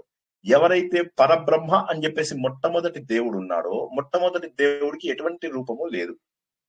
ఆ రూపం లేనప్పుడు ఏం చేశామంటే పురాణాలలో మనకు అర్థం కావడం కోసము ఒక పురాణంలో పరబ్రహ్మని కృష్ణుడి రూపంలో లేదా విష్ణుమూర్తి రూపంలో, ఒక పురాణం లోపల మనం ఏమన్నామంటే శివుడి రూపంలో పూజిస్తాం, ఒక పురాణం లోపల దేవి భాగవతంలో అమ్మవారిగా పూజిస్తాం, సూర్యుని యొక్క పురాణం లోపల బ్రహ్మాండ పురాణంలో వాటిలో సూర్యుడిని మొట్టమొదటి దేవుడుగా పూజిస్తాం, స్కంద పురాణాల్లో స్కందుడు మొట్టమొదటిగా వచ్చి, ఇలా ఒక్కొక్క పురాణంలో ఒక్కొక్క దేవుడు సృష్టికి మూలము అని చెప్పేసి చూపిస్తాం ఆ పరబ్రహ్మని. అయితే ఈ పరబ్రహ్మ ఈ సృష్టి మొత్తం చేయడానికి కావలసిన ముడి సరుకు మాత్రం ఇచ్చేశాడు. మొత్తం ముడి సరుకు ఇచ్చాడు. దేవతలందరూ రెడీ అయిపోయారు. దేవతలందరూ రెడీ అయ్యారు. ఇప్పుడు ఎంతమంది దేవతలు అయ్యారు మనకు చెప్పండి? నిద్ర మధ్యాహ్నం అయ్యేసరికి ఏమైతుందంటే నిద్ర మంచిగా నిద్ర బాగా వస్తుంది. 11 మంది వీళ్ళు, 11 ప్లస్ 13 మంది దేవతలు. ప్రద్యుమ్నుడు, సంకర్షణుడు, అనిరుద్ధుడితో కలిసి. జై శ్రీకృష్ణ. భగవంతుని అంశాలే గల వీళ్ళంతా. భగవంతుడు అనేది వేరు అంటే అంశ వీళ్ళు, అంటే భగవంతుడు అయితే సపరేట్ ఉంటాడు, ఆయన అంశ వీళ్ళు. అవును, తనలోంచే ఒకరిగా పుట్టించాడు వీళ్ళని. ఇప్పుడు ఎంతమంది దేవుళ్ళు తయారయ్యారు మనకు? మొత్తం 13 మంది దేవతలు తయారయ్యారు. ఈ 13 మంది దేవతలు తయారయ్యారు కానీ ఇంకా సృష్టి తయారు కాలేదు. ఏం తయారు కాలేదు? సృష్టి తయారు కాలేదు. ముడి సరుకు చేయాల్సిన, అంటే ఏం చేసామంటే మనము డిపార్ట్మెంట్స్ ఎలొకేట్ చేసాం, బట్ వాళ్ళ బాధ్యతలు వాళ్ళకి ఇంకా చెప్పేసాం, బాధ్యతలు చెప్పాము, కానీ ఇంకా సృష్టి ప్రారంభం కాలేదు. అప్పుడు ఈ 13 మంది కూడా దేవుడు అంశలే కదా. వీళ్ళందరూ అన్నారు నేను సృష్టి చేస్తాను అంటే నేను సృష్టి చేస్తాను. సారీ, ఎవరో అడుగుతున్నారు ఏదో ప్రశ్న, నేను వినిపించుకోలేదు. సో ఈ 13 మంది మరి సృష్టి చేయొచ్చు కదా. ఇప్పుడు భగవంతుడు శబ్ద స్పర్శ రూప రసగంధాలు అంటే ఆకాశం, ఇప్పుడు పంచభూతాలు ఎలా తయారయ్యాయో ఇంకా తెలుసుకోలేదు కదా మనం. రైట్, అది కూడా మిగిలిపోయింది ఒక శ్లోకం. ఆ శ్లోకంలో మనం ఏం తెలుసుకున్నామంటే ముందుగా శబ్దము, ఆ శబ్దం నుంచి, అంటే శబ్దం అంటే ముందు ఆకాశం వచ్చింది. ఆకాశంలోంచి శబ్ద స్పర్శ అంటే వాయువు వచ్చింది. వాయువుకి 2 లక్షణాలు ఉంటాయి, ఒకటి శబ్దము, ఒకటి స్పర్శ. దీంట్లోంచి శబ్ద స్పర్శ రూపము అనే 3 లక్షణాలు ఉన్నటువంటి అగ్ని వచ్చింది. అగ్నికి 3 లక్షణాలు ఉంటాయి. ఆకాశం నుంచి వాయువు వచ్చింది, వాయువు నుంచి అగ్ని వచ్చింది. తర్వాత ఏమైంది? శబ్ద స్పర్శ రూప రసము. రసము అంటే టేస్ట్. అప్పుడు నీరు తయారైంది. ఇప్పుడు ఏమైంది? ముందుగా ఆకాశాన్ని సృష్టించాడు భగవంతుడు. ఆకాశం తర్వాత ఏమైంది? తను వాయుదేవుణ్ణి పుట్టించాడు. తర్వాత ఏమైంది? అగ్నిదేవుణ్ణి పుట్టించాడు. తర్వాత ఏమైంది? వరుణదేవుణ్ణి పుట్టించాడు. తర్వాత శబ్ద స్పర్శ రూపము రసము గంధము. గంధము అంటే వాసన. ఈ 5 లక్షణాలు ఉన్నటువంటి భూమిని పుట్టించాడు. శబ్దము శబ్దం సార్ గంధం అంటే వాసన. నీటి నుండి గంధం వాసన. భూమికి 5 లక్షణాలు ఉంటాయి. భూమికి ఎన్ని లక్షణాలు ఉంటాయి? 5. వాయువుకి ఎన్ని లక్షణాలు ఉంటాయి? వాయువుకి ఎన్ని లక్షణాలు ఉంటాయి? 2. చెప్పండి. శబ్దము, నేను చెప్పినట్టు నాతో రిపీట్ చేయండి. స్పర్శ రూప రస గంధము అవి భూమికి ఉంటాయి. వాయువుకి ఎన్ని ఉంటాయి? శబ్దము స్పర్శ. అగ్నికి ఎన్ని ఉంటాయి? 3 సార్. శబ్ద స్పర్శ రూప. శబ్ద స్పర్శ రూప.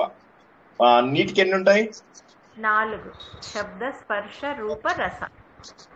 రసం అంటే ఏంటి? జలం. నీరు సార్. చారు. మనం రోజు అన్నంలో వేసుకుంటాం కదా, అది రసం. ఓకేనా?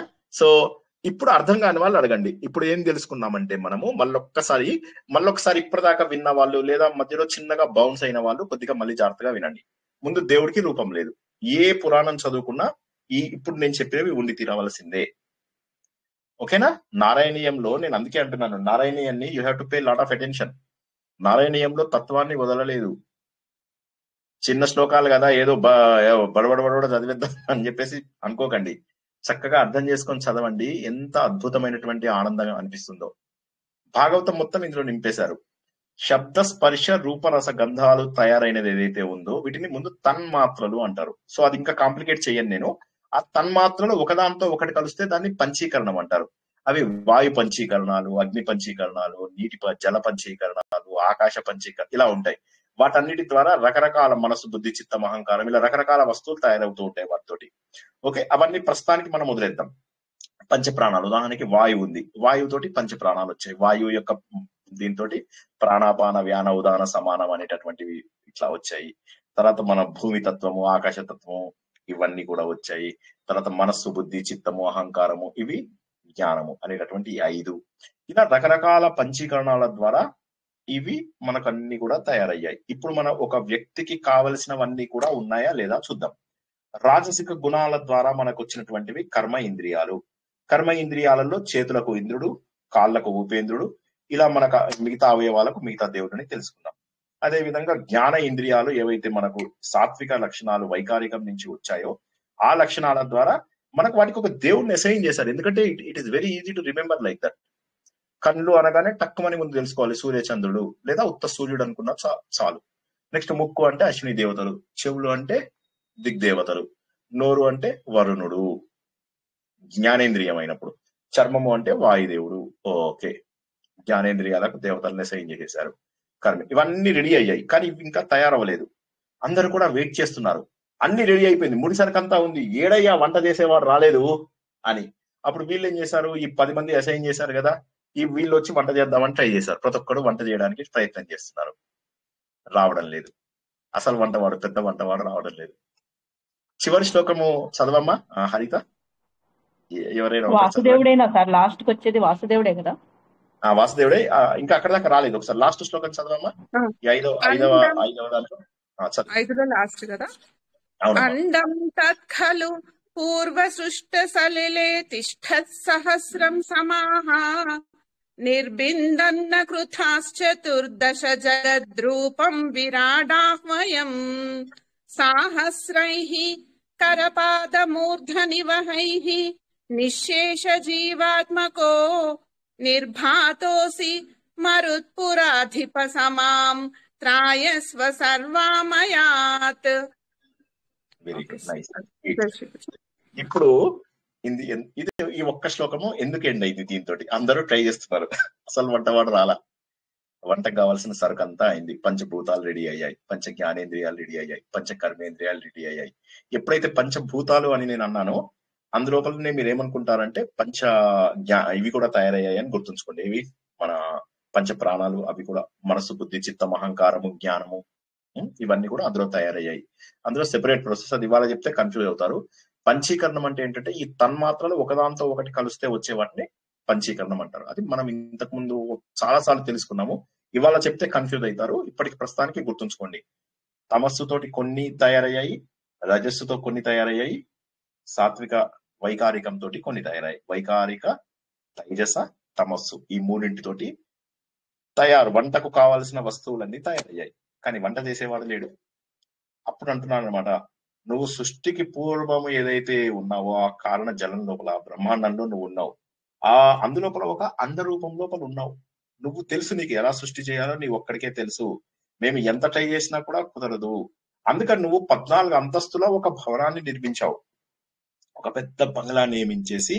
అప్పుడు నువ్వే ఆ భవనంలో అన్ని జీవరాశుల రూపం లోపల సహస్ర శీర్ష పురుష సహస్రాక్ష సహస్రపాత్ అని ఆయన ఏమంటాడు, ఇవన్నీ వేదంలో చెప్పారు అంటాడు. ఋగ్వేదంలో తెలుసుకుంటాం ఇవన్నీ. సో ఇవన్నీ ఉన్నాయి. జీవులు రాలేదు, ఇంకెవరు రాలేదు. వీటన్నిటి లోపల ఎవరు అన్ని రూపాలలో అన్నిట్లలో నువ్వే రావాలి, విరాట స్వరూపంలో రావాలి. వంటగా చేయడానికి అసలు వ్యక్తులు ఎవరు లేరు ఇక్కడ. అటువంటి మహానుభావుడా, నువ్వు నా రోగాలు కరుణతోని నువ్వు తగ్గించలేవా? నీకు దయ లేదా? నీకు జాలి లేదా? ఇంత కష్టం పడుతున్నా నేను. ప్రపంచం అనేది లేనే లేదు అసలు.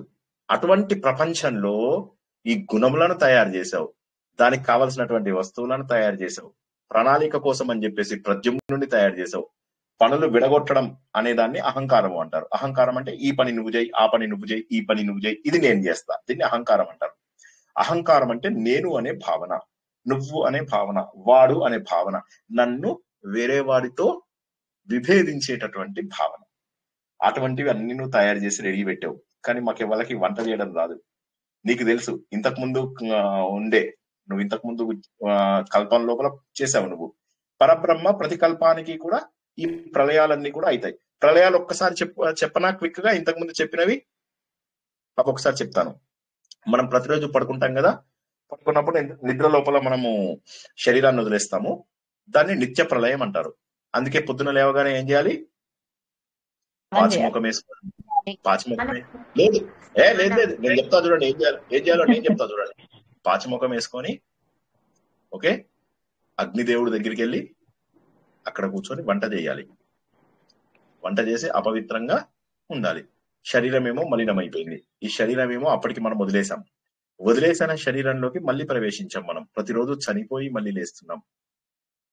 అటువంటి శరీరాన్ని, డట్టి శరీరాన్ని, గలీజ్ శరీరాన్ని, ఓకే, మొహం కడుక్కోకుండా అలాగే పోయి దేవుడి దగ్గరికి, వంట దగ్గరికి వెళ్ళి చేస్తున్నాం. ఒకసారి గుర్తుంచుకోండి, దీన్ని నిత్య ప్రళయం అంటారు. సో కాబట్టి ఇప్పుడు కూడా భగవంతుడి దగ్గరికి స్నానం చేసి పరిశుభ్రంగా వెళ్ళండి. వంట చేయాలి అంటే పరిశుభ్రమైనటువంటిది ఉండాలి, వంట శుభ్రత ఉండాలి, భాండ శుద్ధి లేని పాకమేద. అవునా? అందులో లాస్ట్ లో ఏం చెప్పండి ఒకసారి ఎవరన్నా? చిత్తశుద్ధి లేని శివ పూజలది. చిత్తశుద్ధి లేని శివ పూజ లేలరా. ఈ మైండ్ క్లీన్ కానప్పుడు ఎన్ని పూజలు, ఎన్ని వ్రతాలు, ఎన్ని నోములు చేసి లాభం ఏమిటి? First you have to clean this. ఆ క్లెన్జింగ్ ప్రాసెస్ ఎక్కువైంది సార్. తమో గుణం ఎక్కువైంది. ఇప్పుడు 7 గంటలకు 8 గంటలకు లేస్తున్నారు, 9 గంటలకు లేచే వాళ్ళు ఉన్నారు. లేవని. కానీ నేనేమంటానంటే లేచినప్పుడు అట్లీస్ట్ స్నానం చేయమని నేను చెప్తున్నాను అంతే. ఇప్పుడు వారానికి కనీసం 3-4 సార్లు అందరూ స్నానం చేస్తారు కదా. హలో, రోజు చేస్తాం. స్టవ్ దగ్గరికి వెళ్తాం సార్. Okay okay. సో అందరూ రోజు చేస్తారు స్నానం? అయ్యో సార్, రోజు 3 సార్లు సార్. 3 సార్లు అవుతుంది సార్, రోజుకి 3 సార్లు చేస్తాం. Okay, wonderful. సో ఇప్పుడు మనం ఏం గుర్తుంచుకోవాలి ఏంటంటే, ఎక్కడైతే మనకు ఈ ఏమంటారు, ఈ శరీరం కనుక మొదటి రోజు పడిపోతుందో దాన్ని నిత్య ప్రళయం అంటారు. రెండవ దాన్ని ఏమంటారంటే నైమిత్తిక ప్రళయం అంటారు. నైమిత్తిక ప్రళయం అంటే ఏంటంటే, బ్రహ్మదేవుడు ఉంటాడు కదా, బ్రహ్మదేవుడు ఏం చేస్తాడంటే పడుకుంటాడు. ప్రతిరోజు మనం పడుకున్నట్టే బ్రహ్మదేవుడు పడుకుంటాడు. మనం పడుకున్నప్పుడేమో నిత్య ప్రళయం, బ్రహ్మదేవుడు పడుకున్నప్పుడు సృష్టి మొత్తం ఆగిపోతుంది. అందరము మనం వెళ్ళిపోయి సూక్ష్మ రూపాలలో బ్రహ్మదేవుల్లో ఐక్యమైపోతాం. ఐక్యమైపోతే బ్రహ్మదేవుడు నిద్రపోతాడు. అంటే అది నిద్రపోయి మళ్ళీ కారణ శరీరం రూపంలోనా సార్? ఈ విత్తనం రూపం అంటారు అదే, అది కాదు కదా? విత్తన రూపంలోనే ఆ విత్తన రూపంలో భగవంతుడిలో కలిసిపోయి ఉంటాం. మళ్ళీ భగవంతుడు బ్రహ్మదేవుడు లేస్తాడు. బ్రహ్మదేవుడు లేచిన తర్వాత మళ్ళీ సృష్టిని ప్రారంభిస్తాడు. ఇది డైలీ రొటీన్ బ్రహ్మదేవుడికి. ఆ తర్వాత బ్రహ్మదేవుడికి కూడా 100 ఏళ్ళు పూర్తయిపోతాయి. పూర్తవగానే అతను అవతారాన్ని చాలిస్తాడు. చాలించిన తర్వాత ఏమవుతుంది?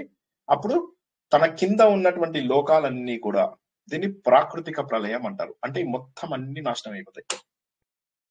అప్పుడు పరబ్రహ్మ ఒక్కడే మిగిలాడు. ఈ బ్రహ్మ అండ్ ఆయన కింద ఉన్నవి మొత్తం నాశనం అయిపోయాయి.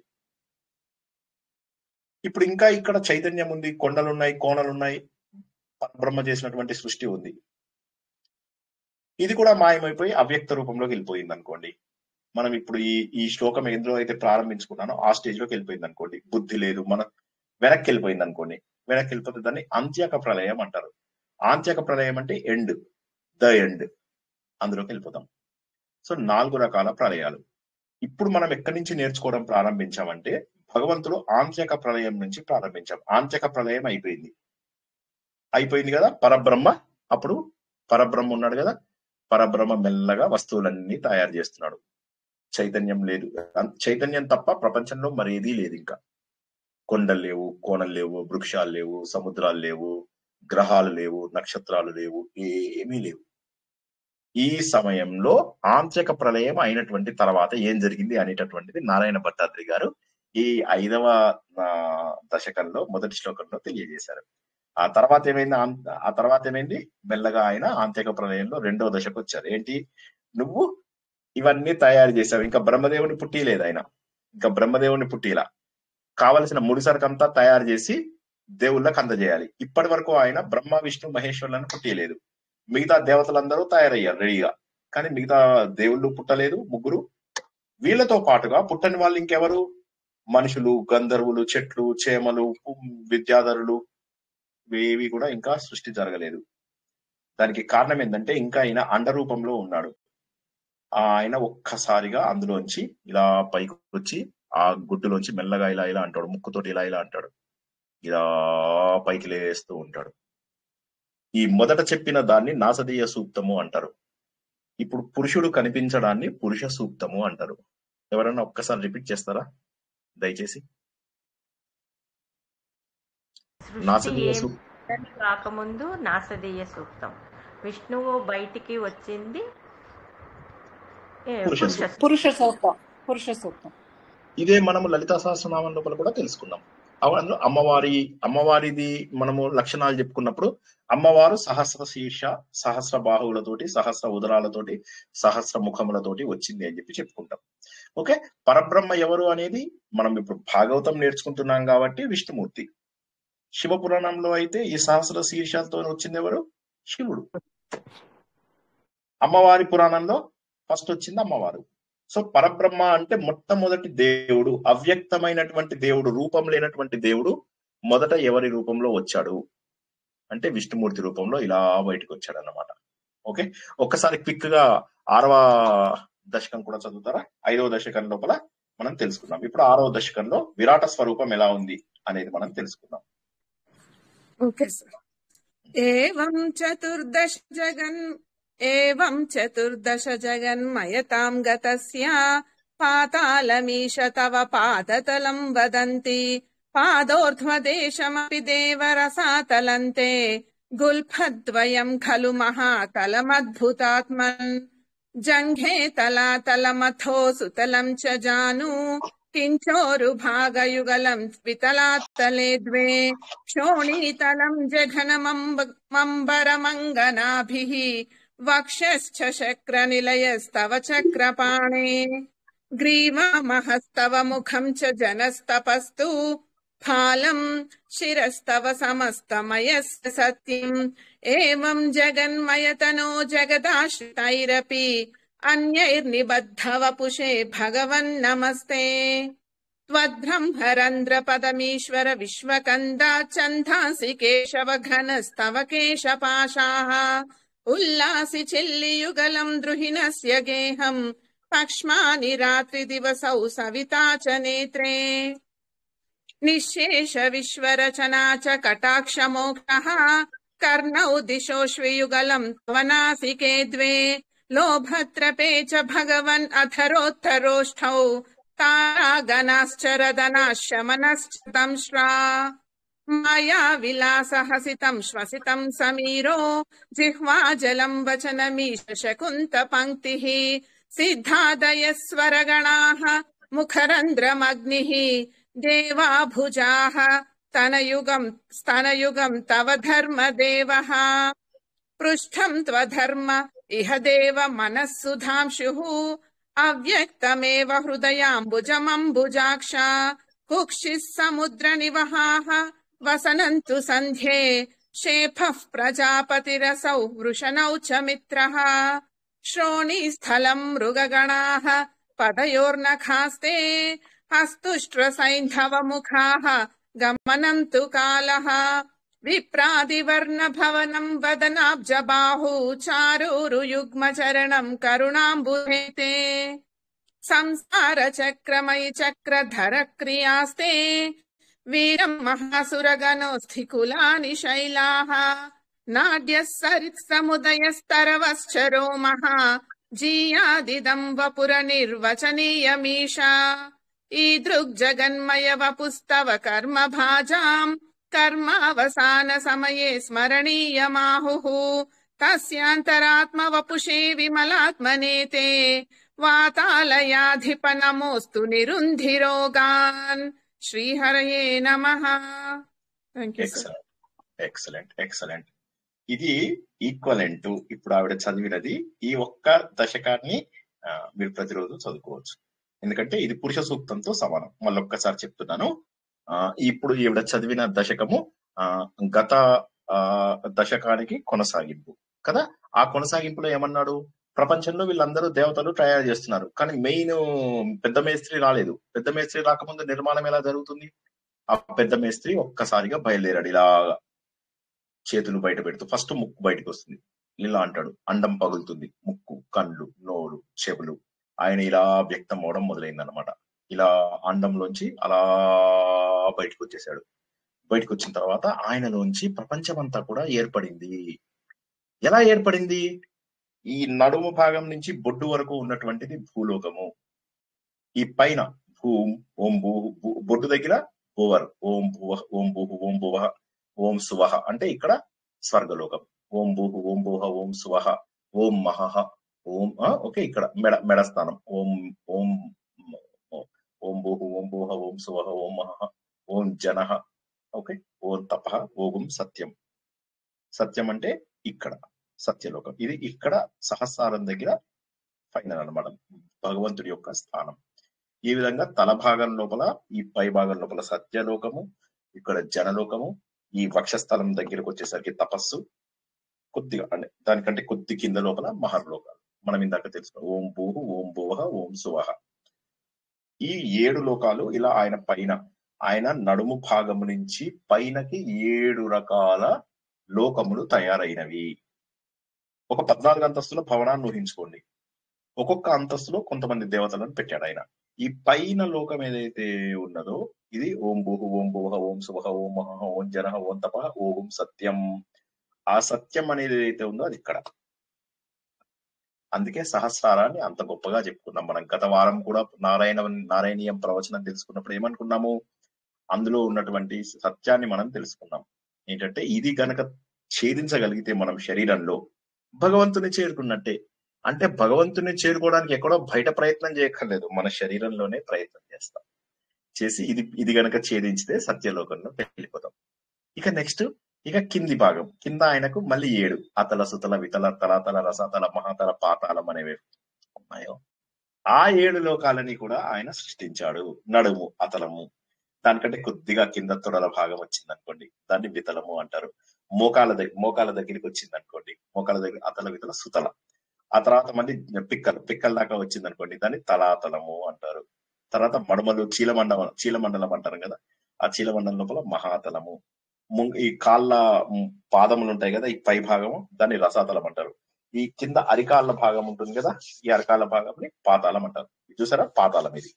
దీనిపైన రసాతలం. కొద్ది కాలాల పైకి వెళ్తే మనకేమవుతుంది, ఈ నడుము భాగం నుంచి కింది వరకు అతల వితల సుతల తలాతల రసాతల మహాతల పాతాల అనేటటువంటి 7 లోకములను భగవంతుడా నువ్వు సృష్టించావు. నీలోంచే లోకములను సృష్టించావు. ఈ సృష్టి అంతకుముందు మేమందరం ట్రై చేసాం, కానీ వీలవలేదు.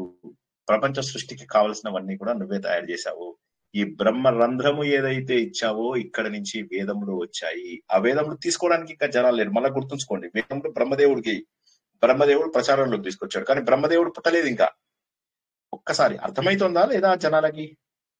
హలో హలో హలో హలో నిద్ర లేవాలి. ఇది కూడా వజ్రభూమిలానే అవ్యక్తమయ్యేదైనా ఇప్పుడు సృష్టించిన 14 లోకాలు కూడా? సృష్టించిన 14 లోకాలు అవ్యక్తం కాదు, వ్యక్తం కదా. ఇవన్నీ వ్యక్తమే అయితే. అంటే కొంతమంది ఒక్కొక్క అంతస్తులో ఒక్కొక్క దేవుళ్ళని పెట్టారన్నారు కదా, అట్లాగే పెట్టలేదు. దేవుళ్ళని పెట్టడానికి సిద్ధం చేశాడు ఆయన. ఆయన ఏం చేశాడు, ఇప్పుడు ముందు ముడి సరుకుని తీసుకొచ్చాడు, అవునా? ముడి సరుకుని తీసుకొచ్చి ఒక్కొక్క ముడి సరుకుకి ఒక్కొక్క దేవతని పెట్టాము, అవునా? కర్మేంద్రియాలు అనే ముడి సరుకు, జ్ఞానేంద్రియాలు అనే ముడి సరుకు, తర్వాత మనస్సు బుద్ధి చిత్తం అహంకారం అనేటటువంటి ముడి సరుకు, ఇలాంటివన్నిటికీ కూడా దేవుళ్ళని తయారయ్యాయి. దేవుడు అని ఎందుకు అంటామంటే జస్ట్ అర్థం చేసుకోవడానికి, రిప్రజెంటేషన్, భగవంతుడి యొక్క అంశ. ఆ 13 మంది దేవుళ్ళు రెడీగా ఉన్నారు. వాళ్ళు ఎవరు సృష్టి చేయలేదు, ఎందుకంటే మెయిన్ వంటగాడు రావాలి. మెయిన్ వంటగాడు వచ్చేసి ఏం చేశాడు, ఒక్కసారిగా కావాల్సిన గిన్నెలన్నీ బయట పెట్టాడు, కావాల్సినటువంటి కూరగాయలన్నీ పడేశాడు, అన్ని ముందు పడేశాడు. కానీ అవి చేయాల్సిన 3 దేవుళ్ళు ఉన్నారు, బ్రహ్మ విష్ణు మహేశ్వరుడు. ఇంకా వాళ్ళని సృష్టించలేదు ఆయన. ఇప్పుడు ఏమైంది, ఈ 14 లోకాలని తయారు చేసేసాడు ఆయన. 14 లోకాల అంతస్తు తయారైపోయింది. ఇది అంతా కనిపించేది, ఇంకా ఇదంతా కూడా స్థూలమే. అంతకుముందు భగవంతుడు కనిపించనప్పుడు మాత్రమే అవ్యక్తంలో ఉన్నాడు. భగవంతుడు ఒకసారి కనిపించడం అంటూ మొదలెట్టిన తర్వాత ఈ 14 లోకాలు కూడా కనిపిస్తున్నాయి. మనకు కనిపించమంటే అది వేరే సంగతి. మనకు కూడా కనిపిస్తున్నాయి కదా, నక్షత్రాలు, గ్రహాలు, వివిధ గ్రహాలు కనిపిస్తున్నాయి కదా, కనిపిస్తుంటాయి. కానీ అన్ని గ్రహాలు కనిపించకపోవచ్చు. సో అట్లాగా అన్ని బ్రహ్మాండాలు కనిపించకపోవచ్చు. ఇప్పుడు వీళ్ళు దుర్బిన్ పెట్టి చేస్తున్నారు, కొంత దూరం గుర్తించగలుగుతున్నారు, కొన్ని గెలాక్సీలు గుర్తించగలుగుతున్నారు. సో అట్లా కొన్ని గెలాక్సీలు ఇప్పటికి మనం కూడా చూడగలుగుతాం, కొన్ని లోకాలని. అన్ని లోకాలని మనం చూడలేము. ఇక్కడే మానవ సంచారం ఉంది, ఇంకెక్కడా లేదు కదా. వేరే చోట వేరే దేవుళ్ళు ఉంటారు, వేరే వ్యక్తులు ఉంటారు. ఒక్కొక్క లోకంలో ఒక్కొక్కళ్ళు ఉంటారు. మన లోకంలో మనము, మిగతా జంతువులు ఉన్నాయి. జంతువులు మనని 3 అది ఇంకా రాలేదు, మనం అక్కడ దాకా రాలేదు. యాక్చువల్లీ మన దగ్గర ఉన్న వాటిని భూచరాలు, ఖేచరాలు, జలచరాలు అంటారు. ఇంకా అది రాలేదు, మనం ఇంకా అక్కడ దాకా రాలేదు కదా. ఇంకా అసలు ఇంకా జనాలే రాలేదు ఇప్పటి వరకు. ఓన్లీ ఇన్ఫ్రాస్ట్రక్చర్ రెడీ అవుతుంది అంతే. బంగ్లా రెడీ అయింది, 14 అంతస్తుల బంగ్లా రెడీ అయింది. ఓకేనా? 14 అంతస్తుల బంగ్లా రెడీ చేసావు ఓ భగవంతుడా. ఇందులోంచి వేదాలు తీసుకొచ్చావు. వేదాలు తీసుకునేటటువంటి వాడు లేడు, ఈ ప్రపంచం అంతా. రమణి గారు చెప్పండి. చేయగలిగినట్టుంది. సారీ సార్, అది చేయి తగిలింది సార్, సారీ. సరే. సో ఏమవుతుందంటే ఈ కేశాలు అనేటటువంటి భగవంతుడి యొక్క కేశాలే మనకు కనిపిస్తున్నటువంటి మేఘాలు. మరి బ్రహ్మ ఎక్కడ ఉంటాడు? బ్రహ్మ నీ కనుబొమ్మల స్థానము. నువ్వు కళ్ళు మూసుకోవడం తెలుస్తావు, ఇవి రాత్రి పగల్లాగా అయ్యాయి. నీ యొక్క కరుణ కోసం మేమందరము ఎదురు చూస్తున్నటువంటి భగవంతుడు, నువ్వు ఎన్ని తయారు చేశావో. అశ్విని దేవత, ఇందాక మనం చెప్పుకున్నటువంటి దేవతలందరినీ కూడా వచ్చాయి. భగవంతుడు మహానుభావుడు, ఎంతో మందిని తీసుకొచ్చావు. జంతువుల యొక్క భాగాలు కూడా నీ శరీరం నుంచి వచ్చాయి. బ్రహ్మదేవుడు వాటిని ఉపయోగించుకుని తయారు చేశాడు. నీ నడుం భాగం నుంచి ఉన్నటువంటి మెటీరియల్ తీసుకుని ఆయన జింకలను తయారు చేశాడు. నీ నడుం భాగంలో ఇంకా కూడా ఏనుగు, ఒంటె, గుర్రము, ఇవన్నీ కూడా అక్కడి నుంచి తయారయ్యాయి. ఇవి కాక నీ శరీరంలో ఉన్నటువంటి తేజస్సులోంచి బ్రాహ్మణుడు తయారయ్యాడు. నీ శరీరంలో ఉన్నటువంటి శక్తి నుంచి క్షత్రియులు తయారయ్యారు. నీ తొడల నుంచి అంటే ఈ సంపద, పాడి సంపద, వాణిజ్యము, వ్యాపారము, వైశ్యులు తయారయ్యారు. నీ పాదంలో నుంచి సర్వీస్ సెక్టార్ వాళ్ళు తయారయ్యారు, శూద్రులు. ఈ విధంగా 4 రకాల ధర్మాలను కూడా వాటిలో వచ్చి సృష్టించావు. ఇంకా మనుషులు తయారు కాలేదు. ఇంకా మనుషులు తయారవ్వలేదు, వీరందరినీ కూడా నువ్వు తయారు చేసావు. అద్భుతమైనటువంటిది నీ సృష్టి. ఇలా ప్రపంచంలో ఏది చూసినా కూడా నీ సృష్టే కనిపిస్తుంది. ప్రపంచంలో ఏది చూసినప్పటికీ కూడా నువ్వు సృష్టే కనిపిస్తుంది. ఇందాక మనం చెప్పుకున్నాం ఈ దిగ్దేవతలని, ఇంద్రుడని, ఈ సూర్యుడు, చంద్రుడు అని చెప్పేసి, తర్వాత అశ్విని దేవతలని, వరుణుడు, అగ్ని అని, ఇందాక పుట్టినటువంటి దేవతలందరూ వాళ్ళ వాళ్ళ ప్లేస్ తీసేసుకున్నారు. ఇలాగ ప్రపంచం మొత్తాన్ని కూడా నువ్వు తయారు చేసావు ఓ మహానుభావ, అన్ని తయారు చేసావు. ఇప్పుడు ఇక నువ్వు మేము చేయవలసినటువంటి కీర్తనలు వాటిని అందుకోవాలి అంటే మేము ఉండాలి కదా. కాబట్టి మేము ఏం చేస్తామంటే ఇప్పుడు ఈ కనిపించినటువంటి విరాట రూపాన్ని మేము స్మరిస్తూ ఉంటాము. ఈ 6వ దశకం ఏదైతే ఉన్నదో ఈ 6వ దశకాన్ని మేము ధ్యానం చేస్తాము. ఈ 6వ దశకంలో నీ విరాట రూపం కనిపిస్తుంది. ఈ విరాట రూపంలో ఇంతకు ముందు పుట్టినటువంటి దేవతలు, కొత్తగా పుట్టినటువంటి దేవతలు వాళ్ళ వాళ్ళ ప్లేస్ లోపల ఫిట్ అయిపోయారు. ప్రపంచంలో ఉన్న లోకాలన్నీ కూడా పైన 7 లోకాలు, కింద 7 లోకాలు ఫిట్ అయిపోయాయి. ఈ విధంగా 14 లోకాలు తయారయ్యాయి. ఇంతకు ముందే నువ్వు సృష్టించినటువంటి కొంతమంది ముఖ్యమైనటువంటి దేవతలు ఎవరైతే ఉన్నారో వాళ్ళు వాళ్ళ వాళ్ళ పొజిషన్స్ లో పుట్టి ఉన్నారు. మరి తర్వాత ఏం జరిగింది? ఒక్కసారి 7వది దశకం చదువుతారా? జై శ్రీకృష్ణ. ఏం చదవమంటారా? ఎవరైనా చదవండి. ఏవం దేవ చతుర్దశాత్మక జగద్రూపేణ జాతః పునః తస్యోధ్వం ఖలు సత్యలోక నిలయే జాతోసి ధాతా స్వయం యం శంసంతి హిరణ్యగర్భమఖిల త్రైలోక్య జీవాత్మకం యో భూత్స్ఫీతరజో వికార వికసన్నానాసి సృక్షారసః సోయం విసర్గ దత్త హృదయః సంపశ్యమానః స్వయం బోధం ఖల్వనవాప్య విషయం చింతాకులస్థివాన్ తావత్వం జగతాం పతే తపేత్యేవం హి వైహాయసీం వాణీమేనమశిశ్రవశ్రుతి సుఖాం కుర్వం స్తవః ప్రేరణాం కోసౌ మామవదత్ పుమానితి జలపూర్ణే జగన్మండలే దీక్షోద్వీక్ష్య కిమప్యనీక్షితవత వాక్యార్థముత్పశ్యత దివ్యం వర్షసహస్రమాప్తతపసా తేన త్వమారాధితః తస్మై దర్శితవానసి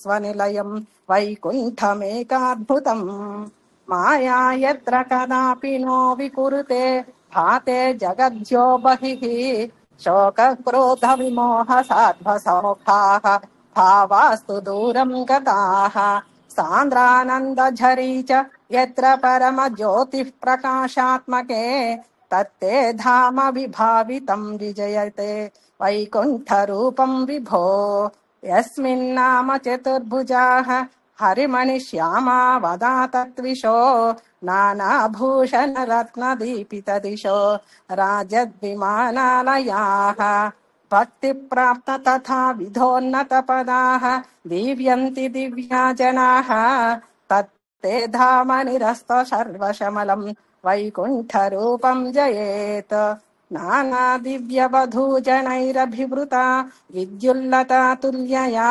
విశ్వోన్మాదన హృద్యగాత్ర లతయా విద్యోతితా శాంతరా త్వత్పాదాంబుజ సౌరభైక కుతుకాత్ లక్ష్మీ స్వయం లక్ష్యతే యస్మిన్ విస్మయనీవ దివ్య విభవం తత్తే పదం దేహి మే తత్రైవం ప్రతిదర్శితే నిజపదే రత్నాసనాధ్యాసితం భాస్వత్కోటిల సత్కిరీట కటకాధ్యాయ కల్పది ప్రాకృతి శ్రీవత్సాంకితం ఆత్త కౌస్తుభమణిఛాయారుణం కారణం విశ్వేషాం తవ రూపమైక్షత విధిః తత్తే విభో భాతు మే కాలాంబోధకలాయ కోమల రుచి చక్రేణ చక్రం దిశాం ఆవృణ్వానం ఉదారమందహసితి సంధ్య ప్రసన్నాననం రాజత్కంబు గదారి పంకజధర శ్రీమద్భుజామండలం స్రష్టుస్తుష్టికరం వపుస్తవ విభో మద్రోగముద్వాసయేత్ దృష్ట్వా సంభృత సంభ్రమః కమలభూః త్వత్పాదపాథోరుహే హర్షావేశవశం వదో నిపతితః प्रीत्या कृतार्थी भवन् जनास्येव मनीषितं मम विभो ज्ञानं तदा पादय द्वैताद्वैत भवत्स्वरूप परमिति आचष्टतं त्वां भजे आताम्रे चरणे विनम्रतमथतं हस्तेन हस्ते स्पृशन् बोधस्ते भविता न विधिभिर्बन्धोऽपि सञ्जायते इत्याभाष्य गिरं प्रतोष्य नितरां तच्चित्तगूढः स्वयं सृष्टौ तं तमुदैरयः स भगवन् उल्लासयोल्लाधताम् श्रीहरये नमः जय जय శ్రీకృష్ణ ఇప్పుడు అద్భుతమైనటువంటి ఇది ఇప్పుడు ఏమైంది, మనం ఇప్పటివరకు ఏం తెలుసుకున్నాము? భగవంతుడికి రూపం లేదు. ఆ రూపం లేనటువంటి భగవంతుడు తను ముందుగా బుద్ధి ప్రణాళిక కోసం అని ప్రద్యుమ్న రూపంలో కనిపించాడు. తర్వాత సంకర్షణుడు రూపం లోపల వర్క్ డివిజన్ అనేది ప్రారంభించాడు. ఆ వర్క్ డివిజన్ చేసేది సాత్విక, రాజసిక, తామసిక, అంటే కొన్ని పనులు కష్టమైన పనులు, కొన్ని పనులు బండ పనులు, కొన్ని పనులు సులభమైన పనులు. సాత్విక, రాజసిక, తామసిక గుణాల ద్వారా వచ్చేటటువంటివి. దాన్ని వైకారికము, తైజసము, తమస్సు అంటాము. వాటి ద్వారా కావలసినటువంటి జ్ఞానేంద్రియాలు, కర్మేంద్రియాలు, పంచభూతాలు, పంచప్రాణాలు, మనస్సు, బుద్ధి, చిత్తం, అహంకార జ్ఞానాలు ఇవన్నీ కూడా తయారయ్యాయి. తయారైన తర్వాత వీళ్ళందరూ కూడా అధిష్టాన దేవతలు, ప్రతి ఒక్కదానికి ఉన్నటువంటి అధిష్టాన దేవతలు ఎవరైతే ఉన్నారో వాళ్ళందరూ కూడా సృష్టి చేద్దాం అనుకున్నా వాళ్ళ వల్ల అవ్వలేదు. అప్పుడు భగవంతుడు ప్రాకృత ప్రళయం, ఆంచక ప్రళయం అయిపోయినప్పుడు ఏదైతే నీటి లోపల అండ రూపం లోపల ప్రారంభం చేద్దాము అని చెప్పేసి అండ రూపంలో ఉన్నాడో ఆ భగవంతుడు, ఆయన మెల్లగా అండ రూపాన్ని ఛేదిస్తూ అలా బయటికి వచ్చి 14 భువనములను నిర్మించాడు. 14 భువనములను నిర్మించినటువంటి భగవంతుడు తనలోంచి ఏ మెటీరియల్ తోటి ఎవరెవరు తయారవుతారు అని చెప్పేసి ఇంకొంతమంది దేవతలను కూడా తనలోంచి సృష్టించడము జరిగింది. జరిగిన తర్వాత ఏమైంది? సృష్టి చేయాలి. మన సృష్టి చేయడానికి కావలసినటువంటి ముఖ్యమైనటువంటి వ్యక్తి ఎవరు? బ్రహ్మదేవుడు. ఆ బ్రహ్మదేవుడు లేడు. ఇప్పటి వరకు మనం చేసినటువంటి సృష్టిని ఏమంటారంటే ప్రాకృతిక సృష్టి అంటారు. ఇక ఇప్పటి నుంచి బ్రహ్మదేవుడు చేసినటువంటి సృష్టిని ఏమంటారంటే వైకృతిక సృష్టి అంటారు. ప్రకృతి వికృతి అని గుర్తుంచుకోండి. పరబ్రహ్మ చేసినటువంటి సృష్టి, ఆయనతోని స్టార్ట్ అయినటువంటి ముందు వచ్చిన దేవతలు, అగ్నిదేవుడు, వాయుదేవుడు, వరుణదేవుడు, అశ్విని దేవతలు. ఒకసారి మీరు గుర్తుంచుకోండి. వేదం, ఇందులో చాలా మంది వేదం క్లాసెస్ కి వస్తున్నారు కదా, వేదం క్లాస్ లో మనం ఎవరిని పూజిస్తున్నామో వాళ్ళే వస్తారు వీళ్ళందరూ స్టార్టింగ్ లోపల. ఓకేనా? ఎవరు? అగ్నిదేవుడు, వాయుదేవుడు, వరుణదేవుడు, అశ్విని దేవతలు. ఈ దేవతలందరూ వచ్చిన దాన్ని ఏమంటామంటే మనం ప్రాకృతిక సృష్టి అంటాము. ప్రకృతికి సంబంధించినటువంటి సృష్టి విష్ణుమూర్తి తయారు చేసినటువంటిది, పరబ్రహ్మ తయారు చేసినటువంటిది. ఇప్పుడిక బ్రహ్మదేవుడికి డ్యూటీ అప్పచెప్పాలి, సృష్టి కార్యంను అప్పచెప్పాలి. ఈ బ్రహ్మదేవుడు ఏం చేస్తాడు? అన్ని లోకాలలో జనాల్ని నింపాలి, అన్ని లోకములలో జనములను నింపాలి. ఆ నింపడానికి అతను చేసినటువంటి సృష్టిని వైకృతిక సృష్టి అంటారు. వైకృతిక సృష్టి చేయాలి, ఇది చేయాలి. ముందు ఆయన బ్రహ్మదేవుడు నిద్ర లేచాడు. బ్రహ్మదేవుడు అయిపోయింది, ఏం చేయాలి, క్యాహోరా యార్ అని చెప్పేసి మెల్లగా లేచి చూశాడు. ఆయనకి ఏం అర్థం కాలేదు. తను ఎందుకు ఇదైందో అర్థం కాదు, ఏం జరిగిందో అర్థం కాదు, సృష్టి అంతా ఎక్కడికి పోయిందో అర్థం కాదు. అలా ఆలోచిస్తూ కూర్చున్నాడు. అప్పుడు ఆయన ఏం చేశాడు? ఆలోచిస్తున్నాడు, నేను ఎందుకు వచ్చాను అసలు, నేను ఎవరిని అని ఆలోచిస్తూ ఉంటే ఆయనకు తప అంటే నువ్వు తపస్సు చేస్తే జ్ఞానం వస్తుంది. తపస్సు అంటే మనస్సుని ప్రశాంతంగా ఉంచుకోవడాన్ని తపస్సు అంటారు. అలా మనస్సుని ప్రశాంతంగా ఉంచుకో, ఆలోచిస్తూ ఉండు అని చెప్పే గానీ అప్పుడు ఆయన అలా కళ్ళు మూసుకుని నాలాగా అలా ఆలోచిస్తూ కూర్చున్నారు, తపస్సు చేస్తూ కూర్చున్నారు. అలా కొన్నేళ్ల పాటు, 1000 ఏళ్ల పాటు తపస్సు చేస్తే అప్పుడు ఆయనకి ఏమైందంటే ఆ మెల్లగా ఆ పద్మం యొక్క నాళం నుంచి ఆయన బయటికి వెళ్ళి చూసేసరికి విష్ణుమూర్తిలో తను ఉన్నట్టుగా తెలిసిపోతుంది. ఆ విష్ణుమూర్తిని చూస్తాడు, ఆ లోకాన్ని చూస్తాడు, ఆ మహానుభావుడి సౌందర్యాన్ని చూస్తాడు, ఆయన వేసుకున్నటువంటి భూషణాలన్నీ చూస్తాడు, అక్కడ ఉన్నటువంటి సుందరమైనటువంటి రమణీయమైనటువంటి ప్రకృతిని చూస్తాడు, అక్కడ ఉన్నటువంటి అందమైన లక్ష్మీదేవిని, ఆవిడ యొక్క ఐశ్వర్యాన్ని, ఆవిడ యొక్క తేజస్సును చూస్తాడు, అక్కడ ఉన్నటువంటి విష్ణుమూర్తి యొక్క ఆయుధాల యొక్క గొప్పతనాన్ని చూస్తాడు, ఆ ఆయుధాల యొక్క చైతన్యాన్ని చూస్తాడు. వాటన్నింటినీ చూసి ఎంతో ఆనందం పొందుతాడు. భగవంతుడి దగ్గరికి వెళ్ళి దండం పెడతాడు, ఆయన పాదాల మీద పడిపోతాడు. నేనెవరిని, నాకు జ్ఞానాన్ని అందజేయి, నాకు స్వరూప జ్ఞానాన్ని అందజేయి, నేను ఏం చెయ్యాలో తెలియదు, నా డ్యూటీ ఏముందో అందజేయి అనగానే అప్పుడు ఆయన అంటాడు అనమాట, ఏమీ బెంగపడకు, నిన్ను పుట్టించిందే అందుకోసం. నువ్వు ఎటువంటి నాలెడ్జ్ కావాలనుకుంటున్నావో ఆ నాలెడ్జ్ నీకు వస్తుంది. నువ్వు సృష్టి చెయ్యాలి. ఇంతకు ముందు నువ్వు సృష్టి చేశావు, అది మర్చిపోయావు. ఎక్కడైతే నువ్వు బుక్ మార్క్ పెట్టుకుని ఆపుకున్నావో అక్కడి నుంచి ఇప్పుడు మళ్ళీ నువ్వు సృష్టిని చెయ్యి అని చెప్పేసి అన్నాడు. ఎవరికైనా డౌట్ ఉంటే అడుగుతారా?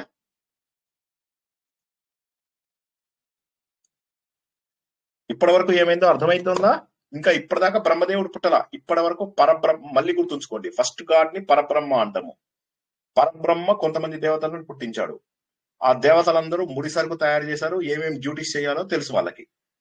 ఇప్పుడు వచ్చినటువంటి అతను బ్రహ్మదేవుడు. బ్రహ్మదేవుడు అంటే 4 ముఖాలు వేసుకుని బాగా ముసలాల్లాగా ఉంటాడు కదా ఫొటోస్ లో, ఆ బ్రహ్మదేవుడు. ఆయన నిజంగా అలా ఉండడు, ఆయన దేవుళ్ళకు ముసలితనం ఏంటి, సో అలా గడ్డం వేసుకొని ఉంటాడు. ఇప్పుడు ఉన్నటువంటి బ్రహ్మకు 52 సంవత్సరాలు.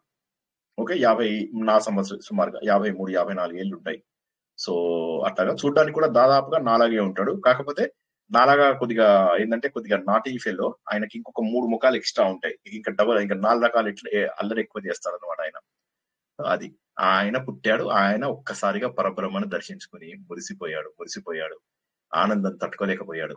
ఇంత అదృష్టమా నాకు, నేను ఎవరిని అని చెప్తే అప్పుడు ఆయన అంటాడనమాట, నువ్వు కారణ జన్ముడవు, నువ్వు ఇప్పుడు సృష్టి చేయవలసినటువంటి బాధ్యత నీ పైన ఉంది అని చెప్పేసి అంటాడనమాట. అప్పుడు తర్వాత దశకాలలో వచ్చేటటువంటి గొప్ప గొప్ప విషయాలని మనము తెలుసుకుంటాం. ఏం చేశాడు అసలు బ్రహ్మదేవుడు, ఏమేమి సృష్టి చేశాడు, బ్రహ్మదేవుడికి ఏమైంది? మెల్లగా ఆయన ఆలోచన మొదలెట్టి నేను ఇప్పుడు ఏం తయారు చేస్తే బాగుంటుంది, ఎవరిని తయారు చేయాలి, ముందు ఎవరు ఉండాలి, ఇప్పుడు ఎక్కడ ఉండాలి, ఎటువంటి వస్తువులు ఉండాలి, ఏమేమి ఉండాలి, అన్ని రకరకాల ఆలోచనలు ఆయనకి వచ్చిన తర్వాత అలా కూర్చున్నాడు. వీటన్నిటికీ కూడా శక్తి నాకు ఇచ్చేది కేవలం భగవంతుడే. అప్పుడు ఆయన అనుకుంటాడు అనమాట.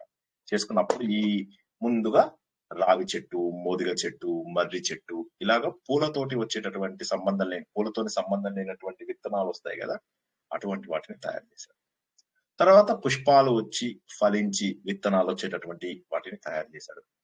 తర్వాత పూలు ఇచ్చేటటువంటి లతలను ఆయన తయారు చేశాడు. కొన్నిటికేమో ఉత్తి చర్మమే ఉంటుంది, ఇంకేమీ ఉండదు, వెదురు ఉంటుంది. సో ఈ సీక్వెన్స్ గుర్తుంచుకోండి. ముందేంటంటే విత్తనాలు, పువ్వుల నుంచి వచ్చే విత్తనాలతో సంబంధం లేనటువంటివి, రావి చెట్టు, మోదిగ చెట్టు, మర్రి చెట్టు అట్లాంటి. తర్వాత ఏమో పుష్పించి ఫలించి, ఏవైతే నార్మల్ గా మనం చూస్తూ ఉంటామో అవి. ముందు పుష్పాలు వస్తాయి, తర్వాత పండు వస్తాయి, కాయలు, పండు అవి. తర్వాత మూడోది ఏంటంటే లతలు, ఇలా పాకేటటువంటివి. తర్వాత అయితే రావి చెట్టుకి విత్తనాలు ఏం లేవా సార్? చెట్టు ముందా విత్తనం ముందా అంటారు, డైరెక్ట్ గా సృష్టించిందా? అన్ని చెట్లు కూడా డైరెక్ట్ గా సృష్టించినవే. చెట్టు ముందా విత్తనం ముందా అంటే లాజిక్ దొరకదు, కానీ మన పురాణం ప్రకారం భగవంతుడు అన్ని కూడా ముందు పుట్టించేసేసాడు. కాబట్టి చెట్టే ముందు. లాజిక్ గా చూస్తే అది తప్ప ఉండొచ్చు, కానీ లాజిక్ గా చూస్తే అది వేరు. బట్ మన భగవంతుడు సృష్టి ప్రకారం మాత్రము ఖచ్చితంగా ముందు ఆయన చెట్లనే పుట్టించాడు. ఇది ఎవరు చేస్తున్నారు? బ్రహ్మదేవుడు. 4 ముఖాల బ్రహ్మదేవుడు అనండి, ఓకేనా? చతుర్ముఖ బ్రహ్మదేవుడు తయారు చేస్తున్నాడు. ఏం చేశాడు? వైకృతిక సృష్టి అది తయారు చేశాడు.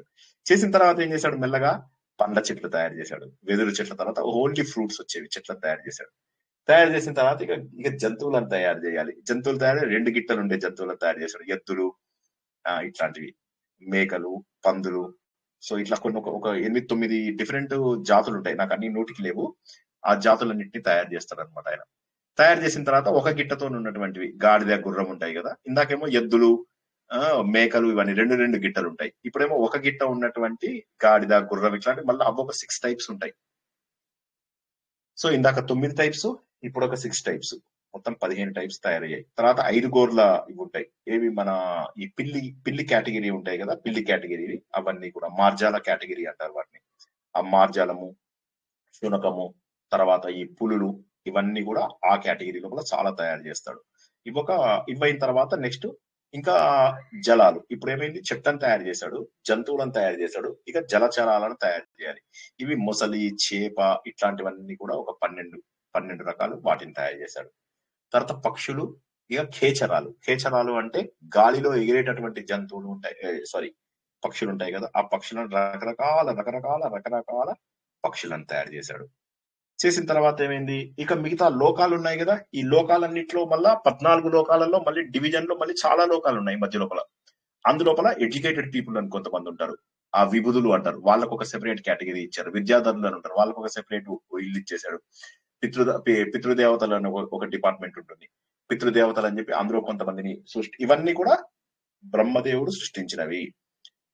మనకు పరబ్రహ్మ సృష్టించిన వాటిలో ఉన్న దేవతలు కాకుండా ఈయన ఎంతో మందిని విభూదులు, గంధర్వులు, కిన్నెరులు, కింపురుషులు, విద్యాధరులు వీరందరూ ఈయన పుట్టించాడు అనమాట. యక్షులు, రాక్షసులు ఉంటే వాళ్ళకు ఒక కేటగిరీ ఇచ్చాడు. అప్సరసలు అంటే నీటి తత్వం ఉన్న వాళ్ళని అప్సరసలు అంటారు. ఆ నీటి తత్వం ఉన్నటువంటి వాళ్ళు మగవాళ్ళు కూడా ఉంటారు, గంధర్వులు అని ఉంటారు, పాటలు పాడటం అవి, వాళ్ళకు ఒక లోకం ఇచ్చేశాడు. భూత ప్రేత పిశాచ వాటికి ఒక కేటగిరీ వాళ్ళకు ఒకటి ఇచ్చాడు. మళ్ళా కొంత సిద్ధులు, చారుణులని, విద్యార్థులు, ఎడ్యుకేటెడ్ పీపుల్ ఎవరైతే సాధన చేసి బాగా పైకి వస్తారో వాళ్ళందరికీ ఒక కేటగిరీ, వాళ్ళందరికీ పైకి ఇచ్చాడు. కిన్నెర్లు, కింపురుషులు అని ఉంటారు, వాళ్ళందరికీ కూడా ఒక కేటగిరీలో లోకాలు ఇచ్చేశాడు. ఇచ్చేసిన తర్వాత అన్ని లోకాలు ఇచ్చిన తర్వాత ఇప్పుడు ఆయన ఆలోచిస్తున్నాడు, ఏం చేయాలి అనగానే అప్పుడు ఆయనకు మనుషులను తయారు చేయాలి అనిపించింది. అప్పుడు అన్నిటికంటే అద్భుతమైనటువంటి సృష్టి మనిషిని తయారు చేశాడు. ఆ మనిషిని తయారు చేయడానికి ఆయన ఎన్ని కష్టాలు పడ్డాడో చూడండి. మనుషులని తయారు చేయాలి. ఆ మనుషులని తయారు చేయాలి అంటే ఎలా తయారు చేయాలి, ఇప్పుడు అది కేటగిరీ కష్టం.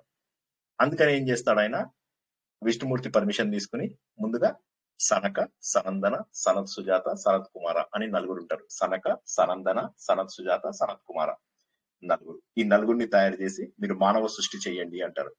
వాళ్ళు అంటారు, మేము పుట్టుకతోటే జ్ఞానులం, మేము ఎలా చేస్తాం చెప్పండి, మేము చేయలేము అని చెప్పగానే, అరే ఇది ఎక్కడ గోలా అని చెప్పేసి వాళ్ళు వెళ్ళిపోతారు. మేము ఇంకా సంతానం చేసేది కాదు, మేము పరబ్రహ్మ తత్వాన్ని తెలుసుకోవాలి. మాకు తెలుసు మేము వైకృతిక సృష్టిలో ఏర్పడ్డాం, కానీ మాకు కావాల్సింది ప్రాకృతిక సృష్టి యొక్క నాలెడ్జ్. ఆ జ్ఞానాన్ని తెలుసుకోవడానికి మేము వెళ్తాం అని చెప్పి వాళ్ళు జ్ఞానులు చిన్నగా ఉంటారు, వాళ్ళు వెళ్ళిపోతారు. ఈయన ఆలోచిస్తూ ఉంటే ఈయన శరీరంలోంచి రుద్రుడు పడతాడు, ముక్కులోంచి. రుద్రుడు అంటే శివుడి యొక్క ఒక రూపం అనుకోవచ్చు. ఏకాదశ రుద్రుడు అంటారు. ఆ ఏకాదశ రుద్రుడు వస్తారు. వీళ్ళు బానే ఉన్నారు అనుకుంటారు, కానీ ఏకాదశ రుద్రుడు వాళ్ళకి భార్యలు కూడా ఉంటారు, మంచిగా సంతానం సృష్టిస్తారు, ప్రపంచమంతా నింపుతారు అనుకునే సమయానికి వాళ్ళు వాళ్ళ కన్న వాళ్ళని వాళ్ళే తినేస్తూ ఉంటారు. అరే ఇదేదో గడబడైపోయింది, వీళ్ళని తప్పుగా నేను సృష్టించాను అని చెప్పేసి వాళ్ళని ఆపేసేయండి, మీ సృష్టి ఆపేసేయండి అని చెప్పేసి ఆపేస్తాడు. ఇప్పుడు నేను ఏం చేయాలి అని ఆలోచించి ఇదంతా పని కాదు, భగవంతుడు ఆయనకి ఏం చెప్తాడు, నీలోంచి అందరినీ సృష్టించు అని చెప్పాడు. ఓకే అని ఆయన కళ్ళు మూసుకున్నాడు, ఇలాగా నాలాగా. బొటన వేలులోంచి దక్షుణ్ణి సృష్టించాడు, మనస్సులోంచి మరీషిని సృష్టించాడు, ప్రాణంలోంచి వశిష్ఠుడిని సృష్టించాడు, బొడ్డు భాగంలోంచి పులహుడిని, చెవు భాగంలోంచి పులస్తుడిని, చర్మంలోంచి భృగు మహర్షిని, ఆ తర్వాత ఇంకెవరున్నారు, దక్షుడు చెప్పేసి ఆ మీద అయిపోయాడు. తన ఒడిలోంచి నారదుడను, ఇంకెవరన్నా మర్చిపోయాను నేను, అంగిరసు, ఆత్రినేమో కళ్ళల్లోంచి సృష్టించాడు, అంగిరసుని ముఖంలోంచి సృష్టించాడు. ఆత్రి, అంగీరసుడు, పులహుడు, పులస్త్యుడు, మనస్సులోంచి మరిచి, ప్రాణం నుంచి వశిష్ఠుడు, చర్మం నుంచి భృగువు, శరీరంలోంచి నారదుడు. ఇంకెవరన్నా మర్చిపోయానా నేను, అందరినీ చెప్పానా? మనస్సు మరిచి క్రతువు, చేతుల్లోంచి క్రతువుని తీసుకొచ్చాడు. వీళ్ళందరినీ నవబ్రహ్మలు అని అంటాం కదా దక్షిణ. ఇప్పుడు ఈ నవబ్రహ్మలకు ఆలయం ఉంది మనకు, ఆ జోగులాంబ టెంపుల్ అని చెప్పేసి అంటాం కదా. వీళ్ళు నవబ్రహ్మలు, బ్రహ్మదేవుడి యొక్క డైరెక్ట్ పిల్లలు అన్నమాట. ఈ పిల్లలందరూ కూడా పెళ్లి చేసుకుంటారు, ఒక్క నారదుడు. ఈ 10 మందిలో పెళ్లి చేసుకుంది ఒక్క నారదుడు. సో మిగతా 9 మందిని నవబ్రహ్మలు అంటారు అనమాట. ఈ నవబ్రహ్మలది మనం ఆలయం చూస్తాం. చూసిన తర్వాత హమ్మయ్య అనుకుంటాడు. తన నీడలోంచి కర్దమ ప్రజాపతిని పుట్టిస్తాడు. తన శరీరం ముందు భాగం నుంచి ధర్మదేవతను, వెనక భాగం నుంచి మృత్యుదేవతను, తన ఈ శరీరంలోంచి ధర్ముడు అనేటటువంటి ఒకతన్ని, అతడి యొక్క భార్య మూర్తి అనేవాడిని తన వక్షస్థల భాగంలోంచి పుట్టిస్తాడు. ఈ విధంగా పుట్టించేసిన తర్వాత ఇక చాలా ఆనందంగా ఉంటాడు. దేవుడిచ్చిన వేదాలు ఏవైతే ఉంటాయో ఆ వేదాలని తన 4 ముఖాలకి 4 వేదాలను అందుకుంటాడు. ఆల్రెడీ అది సనత్ సుజాత, సనత్ కుమార్లకు కూడా చెప్తాడు. తర్వాత తరాలకు అందరూ ఈ ఋషులు ఎవరైతే పుట్టారో ఈ నవబ్రహ్మలు వీళ్ళందరికీ కూడా ఆ జ్ఞాన బోధ చేస్తాడు. చేసిన తర్వాత ఇప్పుడు ఇంకా మిగిలింది తను ఎప్పటి నుంచో ఆలోచిస్తున్న మానవ జాతిని పుట్టించాలి. అప్పుడు తన శరీరాల్లోంచి 2 భాగాలుగా చేసి ఒకదాన్ని స్వయంభూ మనువుగా, ఒకదాన్ని శతరూప. స్వయంభూ మనువు, శతరూప వీళ్ళిద్దరిని పుట్టిస్తారు. వాళ్ళిద్దరూ వచ్చి దండం పెడతారు. ఏం కావాలి అని అంటే, మీ వల్ల సృష్టి జరగాలి అంటారు. మా వల్ల సృష్టి జరగాలా, ఎలా అంటే భూలోకంలో అంటాడు. భూమి ఎక్కడుంది, గయాబ్, మాయమైపోయింది. ఏడున్నదయ్యా భూమి, ఏం మాట్లాడుతున్నావు? ఏం చూస్తారు, చూసేసరికి నిజంగా భూమి లేదు. అడే ఎవడు ఎత్తుకుపోయిండయ్యా, ఎవరు ఎత్తుకుపోయారు, ఆ వివరాలు ఏంటి, ఇవన్నీ మనము వచ్చే నారాయణ సెషన్ లోపల చూసుకుందాం. ఆత్మసుఖము వీడిని ఆట కొరకు పాత్ర పోషణ చేసేది సూత్రధారి, విశ్రమించదని పాదం ఆశ్రయించి పరమ కరుణాంతరంగా శ్రీ పాండురంగ. జై శ్రీకృష్ణ. ఏ జై చిన్న శ్రీకృష్ణ. డౌట్, ఇప్పుడు ఒక పావు గంట పాటు మీకు విచ్చలవిడిగా డౌట్స్ అడగండి. సార్ ఈ రుద్రుళ్ళు పుట్టిండే ముందు ఈ సనక సనందన సనత్ సుజాత సనత్ కుమారులను పుట్టించినప్పుడు మేము సృష్టి చేయము ఇట్లా అంటే ఆయనకు కోపం వస్తుంది అనేసి కదండి సార్ అప్పుడు మీరు చెప్పిండ్రి. కోపం వచ్చినప్పుడు ఆ కోపంలో నుండి వీళ్ళు ఈ రుద్రులు పుట్టినందుకు వాళ్ళు పుట్టించిండే ఆ రుద్రులు పుట్టించిండే పిల్లలు కూడా కోపంతో అట్లా అంటే నెగటివ్ క్వాలిటీస్ తో ఉన్నారు, వాళ్ళే పెరిగిపోతూ ఉన్నారు. అట్లా వద్దు అనేసి ఇంకా మీరు స్టాప్ చేయండి అని బ్రహ్మదేవుడు చెప్పినట్లుగా చెప్పిండ్రి సార్. జై Srikrishna sir. Thank you sir. Correct, అదే చెప్పాను ఇంతకుముందు. ఇప్పుడు అది ఎందుకు చెప్పలేదు అంటే జనరల్ గా ఏమవుతుందంటే విష్ణుమూర్తి యొక్క కథలలో శివుడిని కొద్దిగా తక్కువ చేసే అవకాశం ఉంది, అందుకోసమని ఎందుకైనా మంచిదని అటువంటి విషయాలు చెప్పడం మానేశారు అనమాట. Anyway fine, no problem. మీరు చెప్పిందంతా కరెక్టే, ఒక్కటి కూడా తప్పలేదు అందులో, ప్రతి మాట కరెక్టే. ఇంకెవరికైనా ఏమన్నా ప్రశ్నలు ఉన్నాయా? అందరికీ సృష్టి అర్థమైందా? శ్రీకృష్ణ అండి, నేను చంద్రి. జై శ్రీకృష్ణ. చెప్పండి. లాస్ట్ ముగింపు ఒకటి చదివారు, అది బాగుంది, ఒక్కసారి పెట్టండి సార్. లాస్ట్ లో మీరు. అలాగే. ఇంకా ఇప్పటి వరకు మనం నేర్చుకున్న దాని గురించి ఏమన్నా డౌట్స్ వచ్చాయా? ప్రపంచంలో భగవంతుడు ముందు రూపం లేదు, రూపం లేనటువంటి భగవంతుడు తనలో ఉన్న 4వ వంతు భాగంలోంచి ఈ ప్రపంచం మొత్తాన్ని సృష్టించాడు. ప్రపంచం మొత్తాన్ని సృష్టించాలి అంటే ఆయన దగ్గర ముడి సరుకు కావాలి. ముడి సరుకు అంటే నేనున్నాను, నాలో ముడి సరుకు ఏముంది? ఈ శరీరం. ఈ శరీరం పంచభూతాలు. ఓకే, పంచభూతాలు తయారు చేయాలి. నెక్స్ట్ ఏం చేయాలి? నా లోపల కండు, ముక్కు, నోరు, చెవులు, చర్మం, కాబట్టి 5 జ్ఞానేంద్రియాలు తయారు చేయాలి. కర్మేంద్రియాలు, నా లోపల కాళ్ళు, చేతులు, విసర్జన అవయవాలు, నోరు, ఇవన్నీ. ఓకే, అవ్వొక కర్మేంద్రియాలు తయారు చేయాలి. తర్వాత నేను ఆలోచిస్తాను, మనస్సు, బుద్ధి, చిత్తం, అహంకారం, ఇవి తయారు చేయాలి. అబ్బో, ఇవన్నీ కూడా ముడి సరుకులు. ఒక వ్యక్తిని తయారు చేయాలంటే ఇన్ని రకాలు. ఆ ముడి సరుకు అంతా ముందు తయారు చేసుకుని వాటన్ని కూడా డిపార్ట్మెంట్స్ గా చేసేసారు. చేసేసి ఏం చేశారు? ప్రద్యుమ్నుడు అంటే ప్లానింగ్ చేసే అతనేమో ప్రద్యుమ్నుడు, అతని మహత్తు లేదా బుద్ధితత్వం అంటారు. సంకర్షణుడు ఏమో డివైడ్ చేస్తాడు, సాత్విక, రాజసిక, తామసిక గుణాలను డివైడ్ చేసి తద్వారా పనులన్నీ జరుగుతాయి.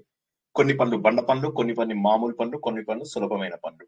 సాత్వికంతో వచ్చేటటువంటి మనస్సులోంచి అనిరుద్ధుడు అనేటటువంటి ఒక ఫంక్షన్ మనకు బయటకు వచ్చింది. ఈ మనస్సు అనేది 4 రకాలుగా విడిపోతుంది. మనస్సు, బుద్ధి, చిత్తము, అహంకారము. దాన్ని అంతఃకరణాలు అంటారు. కర్మేంద్రియాలు అనేటటువంటివి రజస్సు నుంచి వస్తాయి. జ్ఞానేంద్రియాలు అనేటటువంటివి సాత్విక లక్షణాల నుంచి వస్తాయి. ఈ శరీరం ఏదైతే ఉందో ఇది తమస్సు నుంచి వస్తుంది. ఇవన్నిటికీ ముందు ముడి సరుకు తయారైంది, ఇంకా మనుషులు రాలేదు.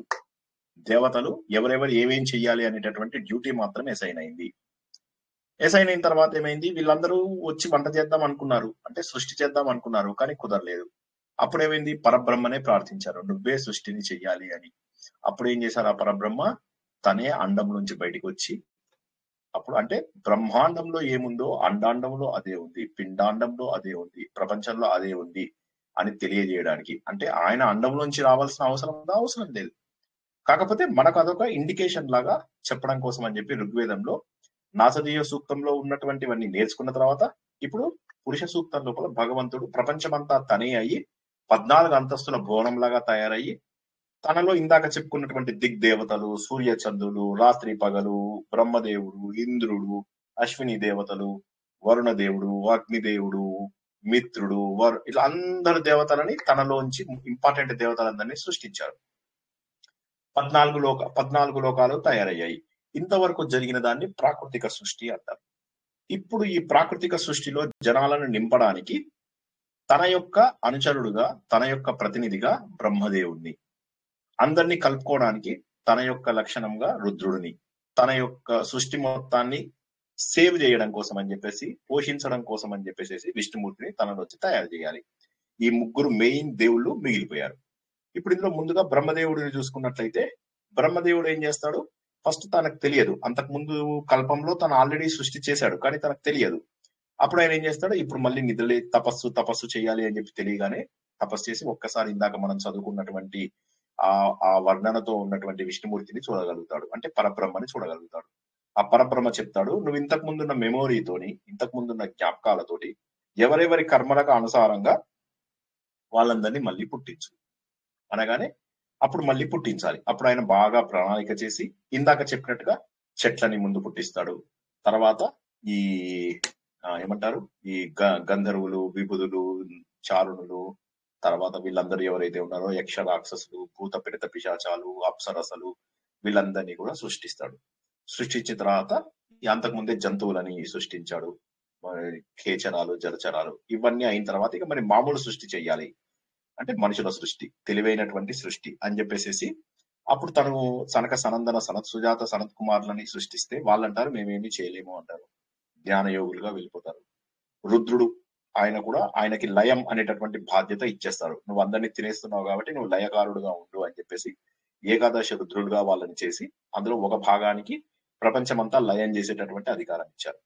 నెక్స్ట్ మూడవ సృష్టి ఏంటంటే ఆయనది ఈ తన బొటన వేలులోంచి దక్షుణ్ణి, మనసులోంచి మరీచుణ్ణి, పులహుడు, పులస్త్యుడు, తర్వాత తన శరీరంలోంచి నారదుడిని, చర్మంలోంచి భృగువుని, హృదయంలోంచి ప్రాణంలోంచి వశిష్ఠుడిని, ఇలాగా నవబ్రహ్మలను ప్లస్ నారదుడు మొత్తం 10 మందిని సృష్టించాడు. నారదుడు తప్ప మిగతా వాళ్ళందరూ పెళ్లిళ్ళు చేసుకుని బోలెడంత సృష్టి చేసేస్తారు వాళ్ళు. ఇప్పుడు మనకు ఉన్నటువంటి దేవతలు, రాక్షసులు, తర్వాత ఈ పాములు, గరుత్మంతుడు, గద్దలు, ఇవన్నీ కూడా ఆయన వీళ్ళందరి నుంచి వచ్చినటువంటి సృష్టి. సో తర్వాత ఏమవుతుంది, ఇక అందరూ అయిపోయారు, ఇక మానవ సృష్టి చెయ్యాలి. అప్పుడు ఏం చేశాడు ఆయన, తన 2 చేతుల్లోంచి ఒక సగభాగంలోంచి స్వయంభూ మనువుని, మరొక సగభాగంలోంచి శతరూపను తయారు చేసి మీరు మనుషులుగా జన్మనెత్తండి, వ్యక్తి మనుషుల సంతానాన్ని ప్రోత్సహించండి. అంటే మనుషులు ఎక్కడ ఉండాలి అంటే 7th floor 701 నుంచి 712 వరకు ఉండాలా అంటాడు. అనగానే అబ్బో ఇన్ని ఫ్లోర్ ఇంతమందిని పుట్టించాలంటే మా వాళ్ళు ఎట్లయితుంది, భూమి లేదు అసలు అని. భూమి ఏమైంది అంటే ఎక్కడ పోయింది చేపెతుకుదాం అని చెప్పుకోవడం దగ్గర అయిపోయాం. ఈరోజు చెప్పిందంతా ఒక సమ్మరీ లాగా చెప్పాను. ఇంకా కూడా ఎవరికైనా ఏ ప్రశ్నలున్నా అడగండి, మొహమాట పడకుండా. 701 to 712 అంటే కన్నా కన్ఫ్యూజ్ అవుతారు సార్. సో ఇంకెవరికైనా డౌట్స్ ఉన్నాయా?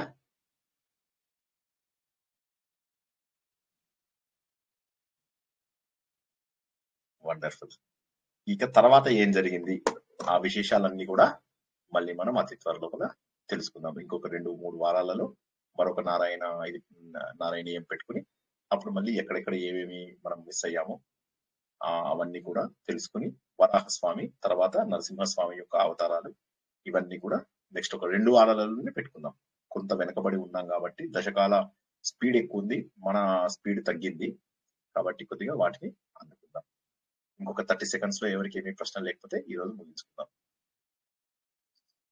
నారాయణ భట్టాద్రి ఎంత తెలివిగా అంటే అసలు ఒరిజినల్ సారంని పోగొట్టకుండా అందులో ఉన్నటువంటి ప్రతి విషయాన్ని కూడా మళ్ళీ ఇందులోపల పెట్టి అద్భుతమైనటువంటి ప్రయాణాన్ని చేశాడు. ఆయన చేస్తూ ఏమైంది, ఆయన లోపల మార్పు వచ్చింది. నారాయణ భట్టాద్రిలో అద్భుతమైనటువంటి మార్పు వచ్చింది. నా ఆరోగ్యాన్ని కాపాడు దేవుడా, నా ఆరోగ్యాన్ని కాపాడు దేవుడా అని ప్రాపంచిక విషయాలు కోరుకునే మనిషి నాకు మోక్షం కావాలి దేవుడా అని కోరుకునేటటువంటి స్థాయికి ఎదిగాడు. అది మనము తెలుసుకోవాల్సినటువంటి విషయం అన్నమాట. అద్భుతమైన విషయం. సరే, అంటే ఏకదాటిగా ఈ 100 దశకాలను ఆయన కూర్చొని అంటే కళ్ళు మూసుకొని ధ్యానంలో ఇవన్నీ చెప్పేస్తూ వచ్చేసినారా సార్? రాశాడు ఆయన ఇవన్నీ. ఎందుకు రాశాడు అంటే ఇది తర్వాత తరాలకు అందజేయాలి అని చెప్పి. మలయాళంలోనే రాయొచ్చు కానీ ఆయన బేసికలీ ఋగ్వేది కాబట్టి ఏం చేశారు, ఆయన మంచి వేద పండితుడు కాబట్టి చక్కటి ఛందస్సులు 28 రకాల వృత్తాలలో రాశాడు ఆయన. ఈ వృత్తాలు ఏంటి ఇవన్నీ కూడా మనము సంస్కృతంలో తెలుసుకుందాము. ఛందస్సులు ఏంటి, వృత్తాలు ఏంటి, ఇవన్నీ కూడా మనం తెలుసుకుందాము. రేపు నేను అలంకారాలు ప్రారంభిద్దామని అనుకుంటున్నాను, లేదంటే ఛందస్సు అయినా సరే ప్రారంభిద్దాం రేపు. సో అది మనము ప్రారంభించుకొని దాన్ని బట్టి మనము ముందుకెళ్తాం. సో అది అలా 28 వృత్తాలలో రాశాడు. మంచి పండితుడు, ఒకటేమో పాండిత్యము, రెండవది ఏంటంటే భక్తి. అది ఎట్లా అంటే నేను ఎందుకు భగవంతుణ్ణి కోరుకుంటే తీరదు నాకు, ఎందుకంటే ప్రకృతి లోపల అమోఘమైనటువంటి శక్తి ఉంది. ఆ శక్తి ద్వారా నేను ఎందుకు నేను ఆరోగ్యాన్ని సంపాదించుకోలేను అని చెప్పేసి ఆ మొండితనం. అందులో గురువాయువు అనేది మనం మొదట్లో తెలుసుకున్నాము. గురువు ప్లస్ వాయువు. గురువు అంటేనేమో మనకు మానసిక ఆరోగ్యం, వాయువు అంటేనేమో శారీరక ఆరోగ్యం. ఈ రెండు రకాల ఆరోగ్యాలను కల్పించే దేవుడు ఎవరైతే ప్రత్యక్షమైన దేవుడు ఉన్నాడో, ఎవరైతే జనమేజయుడికి ఆరోగ్యం పాడైతే బాగు చేసినటువంటి దేవుడు, నేను ఆయన దగ్గరే కూర్చొని భక్తిగా చేస్తాం. మనం చేస్తే ఏం రాదు, మనం చేస్తే బూడిద కూడా రాలేదు. ఆయన వేరది. ఆయన మొత్తం ప్రశాంతంగా కూర్చుని భక్తి భావంతో చేసి చివరికి ఆయన ఏ స్టేజ్కి వెళ్ళిపోతాడంటే గ్రాడ్యువల్ గా ఇంకా అసలు ఆరోగ్యాన్ని శరీరాన్ని పట్టించుకునే స్థాయి దాటిపోతాడు. ఆయన దాటిపోయి ఆయన గురువాయూరు వెళ్ళిన వాళ్ళందరూ చూసే ఉంటారు, గర్భగుడిలోనే కూర్చుంటాడు. ఆయన గర్భగుడిలోనే కూర్చొని నువ్వు నాకు న్యాయం చేయాల్సిందే అంటాడు. అన్ని ఆరోగ్యం నుంచి ఒక్కసారిగా వెళ్ళిపోయి నాకు మోక్షం ప్రసాదించు అంటాడు. చివరికి ఆ అందమైనటువంటి రూపం ఏదైతే తను ఊహించుకున్నాడో, ఎవరైతే నారదుడు చూశాడో, ఎవరైతే బ్రహ్మదేవుడు చూశాడో, ఎప్పుడైతే సనక సనందన సనత్సుజాత సనత్ కుమారుడు చూశారో, ఆ అందమైన విష్ణు లోకంని, ఆ అందమైనటువంటి విష్ణుమూర్తిని పరబ్రహ్మగా ఆయన గుర్తించి చూడగలిగాడు. అందుకే అగ్రే పశ్యామి అంటే ఆయనని నా ముందే చూడగలిగాను, నా ముందు చూశాను ఆయనని దేవుణ్ణి అని చెప్పేసి చెప్పుకోగలిగాడు. మోక్షం కావాలని అంటే ఆరోగ్యంలోంచి మొదలెట్టినటువంటి వ్యక్తి నాకు మోక్షం కావాలి, బంధాల నుంచి విముక్తి చేయాలంటే దేవుడు చివరికి ఏం చేశాడు, అతను ఆరోగ్యము బాగు చేశాడు. అతనికి 87 years ఇచ్చాడు, సాధన చేసుకొని ఇష్టం వచ్చినంత సాధన చేసుకో, విచ్చలవిడిగా సాధన చేసుకో అని చెప్పేసి. అందుకే నారాయణీయం పాపులర్. నారాయణీయం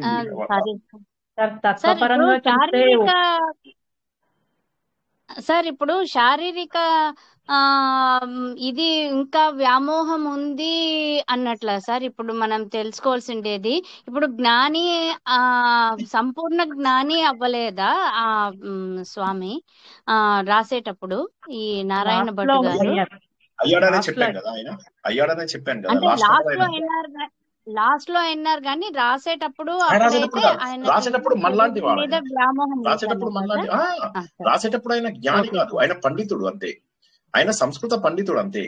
కానీ ఏమైందంటే ఒకసారి ఇప్పుడు బాధలో ఉన్నప్పుడు ఏమవుతుందంటే దేవుణ్ణి ఆర్తితోని పూజించేటప్పుడు అలా ఆర్తితో పూజిస్తూ దేవుడా దేవుడా దేవుడా అని పూజిస్తూ పూజిస్తూ పూజిస్తూ ఆ భాగవతంలో జరిగినవన్నీ తను రాస్తూ భక్తులుగా మారిపోతాడు. ఇప్పుడు ఆ మార్పు, ఇప్పుడు ప్రాబ్లం ఏంటంటే మన దగ్గర ఏమవుతుందంటే మనకు నోటికి వచ్చే వరకు కూడా మనం ఏం చేస్తాము, కష్టపడి చదువుతాం, ఫోకస్ చేస్తాం. నోటికి వచ్చిన తర్వాత ఏం చేస్తామంటే నోరు మంత్రాలు చదువుతూ ఉంటుంది, పనులు చేస్తూ ఉంటాయి, కళ్ళతోటే యాక్షన్ అవును చేశాను అక్కడ పెట్టారు చేసుకో, ఇవన్నీ మాట్లాడుతుంటాం కదా మనం, అవి కళ్ళతో చేస్తూ ఉంటాం, మంత్రాల్లో చదువుతూ ఉంటాయి. ఇది కాకుండా ఈయన విషయం లోపల ఏమైందంటే రివర్స్ అయింది. సాధన చేస్తూ చేస్తూ చేస్తూ చేస్తూ ఆయన ఏ స్టేజ్కి వెళ్ళిపోయాడంటే సాధన చేస్తూ చేస్తూ ఆయన మోక్ష స్థాయికి వెళ్ళిపోయాడు. వెళ్ళిపోయి నాకు లాస్ట్ లో మొత్తము మోక్షం కల్పించని అంటాడు. సో కాబట్టి జ్ఞానిగా ఎదిగాడు ఆయన, ఒక పండితుడు నుంచి ఆయన జ్ఞాని స్థాయికి ఎదిగాడు. సో కాబట్టి కోరికలతో భగవంతుని పూజించడం తప్పులేదు, కానీ కోరికల దగ్గర ఆగిపోవడం అనేటటువంటిది చాలా తప్పు అన్నటువంటి సత్యాన్ని మనం నిరంతరము గుర్తుంచుకోవాల్సినటువంటి విషయం. జై శ్రీ థ్యాంక్ యూ సార్. జై శ్రీకృష్ణ.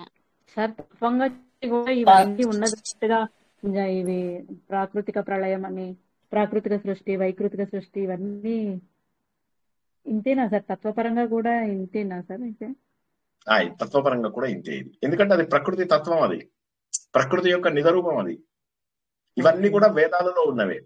ఈ రూపాలు ఇవన్నీ తీసేస్తే వేదాలు, అంతే సింపుల్.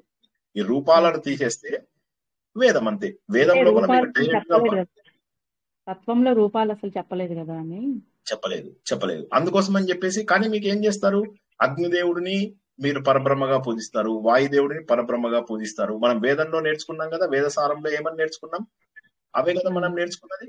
అశ్విని దేవతలను, సరస్వతిని, వీళ్ళందరినీ పూజించారు వాళ్ళు. అంటే జ్ఞానము అంటే సరస్వతి అని, అంటే ఒక్కొక్క భాగాన్ని ఒక్కొక్క దేవుడుగా, ఒక్కొక్క ప్రకృతి శక్తిని ఒక్కొక్క దేవుడుగా పూజించారు. ఒక్కొక్క ప్రకృతి శక్తిని ఒక్కొక్క దేవుడుగా వాళ్ళు పూజించారు. ఆ తర్వాత ఇంకా విపరీతమైనటువంటి దేవతలు వచ్చేసారు. ఇవాళ మీకు కావాలంటే గల్లీకి ఒక దేవత తయారవుతారు. ప్రవచనకర్తలు కూడా దేవుళ్ళు అయిపోయారు. ప్రవచనకర్తలు కూడా చెప్పుకుంటారు నా భక్తులు చాలా మంది ఉన్నారని చెప్తారు వాళ్ళు. ఇంకా కొంతమంది అయితే ఈ ఆశ్రమాల వాళ్ళు, పీఠాల వాళ్ళు, మఠాల వాళ్ళు అయితే కాళ్ళకు దండాలు పెట్టించుకుంటారు.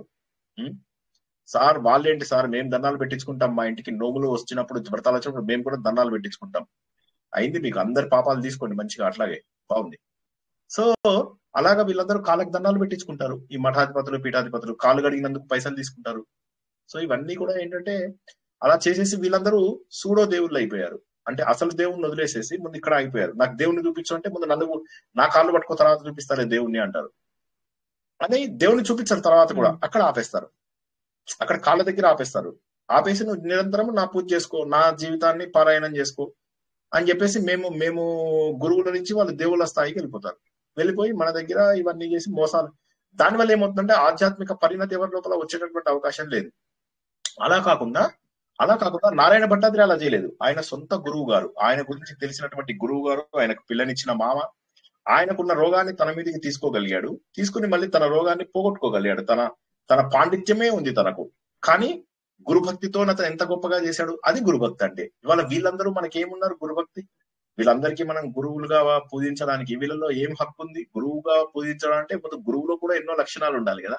ఆ లక్షణాలు ఏమి వీళ్ళలో లేకుండా నువ్వు నా దగ్గర నేర్చుకున్నావు, నువ్వు వేరే వాళ్ళకి నేర్పించడానికి నీకు హక్కు లేదు, నువ్వు నేర్పించకూడదు, నా పేరు వాడుకోకు, నా ఇది వాడుకోకు, అదేదో రుద్రవీణ సినిమాలో కనుక చెప్పినట్టు నువ్వు అది వాడుకోవద్దు. ఇలాంటి నీచులు కూడా ఉంటారు మనకు. అంటే ఏమైతుందంటే గ్రాడ్యువల్ గా ఇది ఏ స్టేజ్కి వెళ్ళిపోతుందంటే ఒక రకమైన గర్వం దీనికి వెళ్ళిపోతుంది. గర్వం వెళ్ళిన తర్వాత అగౌరవపరచాలి జనాలని అనేటటువంటి భావనలోకి వచ్చేస్తారు. అలా కాకుండా ఎప్పటికప్పుడు అయ్యో నేను తప్పు చేస్తున్నాను, నేను ఇక్కడ ఈ స్థాయి నుంచి ఇంకా నేను వెళ్ళకూడదు అని చెప్పేసి ఉన్న వాళ్ళు భూమి మీద ఉంటారు.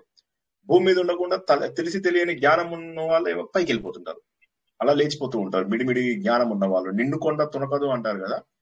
అందుకోసం ఏంటంటే ఈ డబ్బుకి వీటికి వాటికి అతీతంగా ఉన్నటువంటి గురువులు మాత్రమే గురువులు. మన చీకటిని పోగొట్టాలని తపన పడే వాళ్ళు మాత్రమే నిజమైన గురువులు. మన నుంచి ఏమి ఆశించని వాళ్ళే నిజమైన గురువులు. కానీ మనం వస్తే వీడు ఎక్కడ డబ్బిస్తాడో, ఎంత డబ్బిస్తాడో, ఏం చేస్తాడో చూద్దామని ఆలోచించే ఆలోచనే గాని నువ్వు ఎత్తిస్తావు మా పీఠానికి, గురువు గారు మీ ఇంటికి వస్తారు, గురువు గారు ఏమి తీసుకోరు నీకు తెలుసు కదా, కానీ ఆశ్రమానికి ఎంతో కొంత ఇవ్వాలి, మరి ఎలాగా మనం అందరం కలిసి నడిపియాలి, ఇది మన ఆశ్రమం అంటారు. అక్కడ వాళ్ళు కోట్లాది రూపాయలు సంపాదిస్తూ ఉంటారు. ఇటేమో హిందూ మతంలోంచి వేరే మతాల్లోకి వెళ్ళిపోతూ ఉంటారు జనాలు, దాన్ని ఎవడు పట్టించుకోడు. ఇప్పటికీ సగభాగం హిందువులు కాస్త వేరే మతాల్లోకి వెళ్ళిపోయారు. వీళ్ళు అంటారు మేము హిందూ ధర్మ పరిరక్షణ చేస్తున్నాం అంటారు. ఎవడు హిందూ ధర్మ పరిరక్షణ చేయడు. వాళ్ళ మఠాలు పీఠాలు కాపాడుకుంటారు. ఒక్కడొక్క కాంట్రవర్షియల్ టాపిక్ లోకి రాడు. హిందూ ధర్మాన్ని కాపాడడానికి ఎప్పుడు ముందుకు రాడు. సో దానివల్ల ఏమైపోయిందంటే ఆ రోజుల్లో నారాయణ భట్టాద్రి గారు ఆయనకు గురువు మీద అంత ప్రేమ ఉండకపోతే అలా చేశారా ఒకసారి ఆలోచించండి. మళ్ళీ తర్వాత ఆ గురుభక్తి ఉంది కాబట్టి ఆయనకు చదివినటువంటిది వంట పట్టింది. ఇప్పుడు మనము ఆ గురువు గారి మంచితనాన్ని గుర్తించి ఆయన కోసం తను త్యాగం చేయడమే కాకుండా ఆ పద్ధతి, తను నేర్చుకున్న పద్ధతిని మళ్ళీ భగవంతుడి పైన ప్రయోగించడంతో తన లోపల పరివర్తన వచ్చింది. బహుశా ఆయనలో పరివర్తన రావడం కోసమే గురువు గారు కూడా ఆ వ్యాధి తన శిష్యుడి మీదకి వెళ్ళడానికి కూరుకున్నారేమో. శిష్యుడికి అన్ని తెలుసు, కానీ ఇంకా అతని లోపల పరిణతి రాలేదు. సో ఆ పరివర్తన తెప్పిద్దామని బహుశా ఆయన ఊరుకుని ఉండవచ్చు, మనకు తెలియదు. ఆ పరివర్తన వచ్చింది శిష్యుడిలో, నారాయణ భట్టాద్రిలో పరివర్తన వచ్చింది. వచ్చి భగవంతుడిని శాసించే స్థాయికి, నాకు ఎందుకు చేయవు నువ్వు అని, చివరికి దేవుడా నాకు ఏమొద్దు, నాకు మోక్షం ఇస్తే చాలు, నన్ను బంధాల నుంచి విడిపించు అని ప్రేమగా వెళ్ళిపోయాడు. సో కాబట్టి ఆ స్థాయికి మనం కూడా ఎదగాలి. మనం కూడా ఎదగాలి అంటే ముందు సమాజంలో దూరంగా ఉండాలి. మధ్యాహ్నం నిద్ర వస్తుంది, పడుకుందాం, మళ్ళా వీడియో పెట్టాక చూడొచ్చులే, లేకపోతే ఏముందిలే ఇది విన్నదే కదా తెలుసు మాకు అన్ని. ప్రతిసారి ఒక కొత్త విషయం తెలుస్తుంది. అది తెలుసుకున్న విషయాలను ఆచరిస్తే అప్పుడు మనం గెలవాలనుకున్న వాడే గెలుస్తాడు. ఏదో టైం పాస్ కి నువ్వు పాల్గొంటే టైం పాస్ పోయి ఉంటావు. 12,000 రన్లు 10,000 రన్స్ మనం చేస్తుంటాం కదా, 10K రన్ 5K రన్ లాగా ఉంటాం అంతే. గుంపులో గోవిందా. జై శ్రీకృష్ణ. ఎవరికైనా లాస్ట్ మినిట్ క్వశ్చన్స్ ఉంటే తీసుకుంటాను. Sorry, Hare Krishna sir. 100వ దశకంలో ఫస్ట్ దాంట్లోనే చెప్పింది కదా సార్ నాకు జ్ఞానం వచ్చిందని. ఇంకొచ్చేసింది అప్పుడు, 75 సంవత్సరాలు మళ్ళీ ఇంకా అది అయ్యాక ఇంకా మొత్తం టోటల్ 87 ఇయర్స్ బతుకుతారు. 75 కాదు, 87. పూర్ణాయువు. అది కాక అంటే ఏమైందంటే మోక్షం వచ్చిన తర్వాత శరీరం ఎన్నాళ్ళు ఉంటుంది అనేది వాళ్ళకి ఇంకా ఇది ఉండదు. ఆయనకు ఆ మార్పు రావడం అనేది అది గ్రేట్. 3 నెలల్లో అంత పెద్ద మార్పు రావడం అంటే మాటలు కాదు. 3 నెలల లోపల రాసేసాడు ఇవన్నీ ఆయన. ఆ రాసేసిన వాటికి 100 రోజుల్లో, ఆ 100 రోజుల్లో ఆయనలో ఎంత మార్పు వచ్చింది. మరి మనలో 100 రోజుల్లో వస్తుందా? సంవత్సర పాఠం నేర్చుకుంటున్నాం. వస్తుందా మార్పు? సంవత్సరం లోపల మనం నారాయణీయం మనస్ఫూర్తిగా నేర్చుకుందామా? ఎందుకంటే ఆయన రాసినటువంటి ఆ సంస్కృత ఉచ్చారణ అత్యద్భుతమైనటువంటి ఉచ్చారణ. ఆ ఉచ్చారణకు మనం ఏం చేయాలి? ఇప్పుడు ఇందాక సహస్ర శీర్ష పురుష ఉంది, దానికి ఈక్వలెంట్ 7వ దశకం ఉంది. ఆ 7వ దశకాన్ని మనం కనుక సరిగా చదివితే ఎలా ఉంటుంది అని ఊహించుకుంటే 6వదో 7వదో చూసుకుంటది. సో అలాగా ఆ దశకాన్ని కనుక సరిగా చదవగలిగితే మనకు అదే బోల్డంత మనకు జ్ఞానాన్ని అందిస్తుంది. భగవంతుడి యొక్క రూపాన్ని, భగవంతుడి యొక్క సృష్టిని, రూపంలో ఈ సృష్టి మొత్తాన్ని పూజించగలుగుతాం. ఒకే రూపంలో మొత్తం సృష్టిని, నికేశాలు మేఘములు, ఈ సహస్రారము వేదములు, ఇలాగా మనం చూసుకుంటూ ఏంటంటే ఓకే ఇప్పుడు సూర్యుని చూడగానే ఓకే ఇది భగవంతుడి కన్ను, ఓకే నదులు కనిపిస్తున్నాయి, ఈ నదులు భగవంతుడి యొక్క రక్తము, ఓకే సముద్రము ఇది నా జఠరము, వెంట్రుకలు ఇగో ఇవి భగవంతుడి వెంట్రుకలు, ఈ చెట్లన్నీ కూడా భగవంతుడి వెంట్రుకలు. ఇలాగ మనం చూస్తున్నటువంటి ప్రతి దాంట్లోపల ఇందాక విరాట రూపంలో తెలుసుకున్నటువంటి ప్రతి విషయాన్ని కూడా మనం అక్కడ చెప్పుకోగలుగుతాం. ఎన్నోసార్లు చెప్పుకున్నాం, ఈ నదులన్నీ కూడా భగవంతుడి యొక్క రక్తం, ఈ సముద్రాలన్నీ కూడా భగవంతుడి యొక్క జఠరం, ఈ చెట్లు చేమలు కొండలు ఇవన్నీ కూడా మనం చూసుకున్నట్లయితే భగవంతుడి యొక్క వెంట్రుకలు. ఇలాగ మనం ఊహించుకున్నట్లయితే మొత్తం భగవంతుడే, భగవంతుడి రూపం లేనటువంటి చెప్పండి. భగవంతుడి యొక్క రక్తము నదులన్నీ అంటే నీళ్లు తాగేటప్పుడు అదే గుర్తు రావాలి. భగవంతుడు అంటే భగవంతుడు యొక్క ప్రతి భాగంలో మనం ఉన్నాము అని గుర్తుంచుకోవాలి. అదే నేను చెప్పేది ఏంటంటే భగవంతుడు అందుకే ఏమంటాడు, భగవంతుడు నేను లేని ప్లేస్ ఏముంది అంటాడు, నేను లేని ప్లేస్ ఏముంది అంటాడు. అన్నిటికంటే వరస్ట్ ఏంటంటే ఒక వరస్ట్ ఎగ్జాంపుల్ ఏంటంటే ఒక బ్రిటిష్ వాళ్ళ సమయం లోపల ఒక యోగి రోడ్ల మీద వెళ్తూ ఉంటే వాడిని తీసుకొచ్చేసి కోర్టులో పెడతారు. కోర్టులో పెడితే వాళ్ళు అంటారు నువ్వు ఇది తప్పు, నువ్వు అది తప్పు, అది తప్పు అంటే మాకేది తప్పు, మాకు శరీరం అంటేనే భ్రమలేదు అని చెప్పేసి ఆయన టాయిలెట్ తీసి చెయ్యిలో పెడతాడు. పెట్టగానే అందరూ భయపడిపోతారు. తీరా చూస్తే ఆ కోర్టు రూమ్ మొత్తము కూడా ఒక గొప్ప సుగంధ వాసన వస్తూ ఉంటుంది అనమాట. వాళ్ళందరికీ అర్థం కాదు ఏంటి యోగిలో శక్తి అని. ఆయన అంటాడు మాకు ఈ సంబంధం ఉండదు ఈ ప్రపంచంతో అని చెప్పేసి చెప్తాడు. అప్పటి నుంచి బ్రిటిష్ వాళ్ళు యోగులను ఎక్కడ పడితే అక్కడ అరెస్ట్ చేయడము ఇవన్నీ కూడా మానేశారని చెప్పేసి ఇది మనకు జరిగిన కథ, బ్రిటిష్ వాళ్ళ టైంలో జరిగిన కథ. ఇది కథ కాదు, జరిగినటువంటి ఇన్సిడెంట్ ఇది. సో కాబట్టి ఏంటంటే బ్రిటిష్ వాళ్ళు అందుకోసం అని చెప్పి మన ధార్మిక విషయాలకు రావడం మానేశారు. వాళ్ళు ఏం చేశారంటే క్రిస్టియానిటీ మన పైన ప్రబోధించారు. అంతకుముందు వచ్చిన తుర్కాలు మనల్ని కన్వర్ట్ చేశారు. కానీ ఇంత చేసినా కూడా మనం భారతదేశంలో ఇంత మాత్రమైనా హిందూ ధర్మం మిగిలి ఉంది అంటే కారణం ఏంటంటే భగవంతుడి శక్తి ఈ భాగంలో ఎక్కువగా కేంద్రీకృతమై ఉంది అని చెప్పి చెప్పుకోవచ్చు. ఇంకెవరికి ఏం ప్రశ్న లేకపోతే 2 గంటలు అయిపోతుంది సార్. చేమలు అంటే ఏం సార్? చెట్లు చేమలు అంటారు కదా, చేమలు బహుశా చిన్న చెట్లు అయి ఉండొచ్చు, నాకు తెలియదు. చిన్న చెట్లు అయి ఉండొచ్చు బహుశా.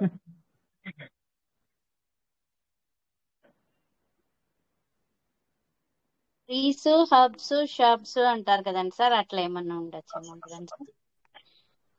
అది వికృతి అనుకుంటా సార్, ప్రకృతి వికృతి ఉంటాయి కదా, అయి ఉండొచ్చు, నాకు తెలియదు. సో ఈ రోజు ఈ ప్రవచనము వీలైనన్ని సార్లు వినండి. వింటే ఏమవుతుందంటే మళ్ళీ ఎక్కడైనా ఏదన్నా అర్థం కాని పాయింట్ ఉంటే మళ్ళీ దాన్ని వింటే ఇంకోసారి వింటే చక్కగా అర్థమవుతుంది. ఏది ఏమైనా ఈ రోజు రాత్రి 9 గంటలకు యథావిధిగా మనకు సంపూర్ణ మహాభారతము, అందులోపల మనం ఈ రోజు నాడు సభా పర్వాన్ని పూర్తి చేసుకుంటాము. వచ్చే వారం నుంచి అరణ్య పర్వము ప్రారంభమవుతుంది. అది సుమారుగా 6 నెలల నుంచి 8 నెలలు ఉండే అవకాశం ఉంది. సో ఈ 2 ముఖ్యమైనటువంటి పర్వాలు మనకు పూర్తి చేసుకున్నాము. సో శుభదినము. ఈ రోజు అందరూ కూడా చక్కగా రాత్రి మళ్ళీ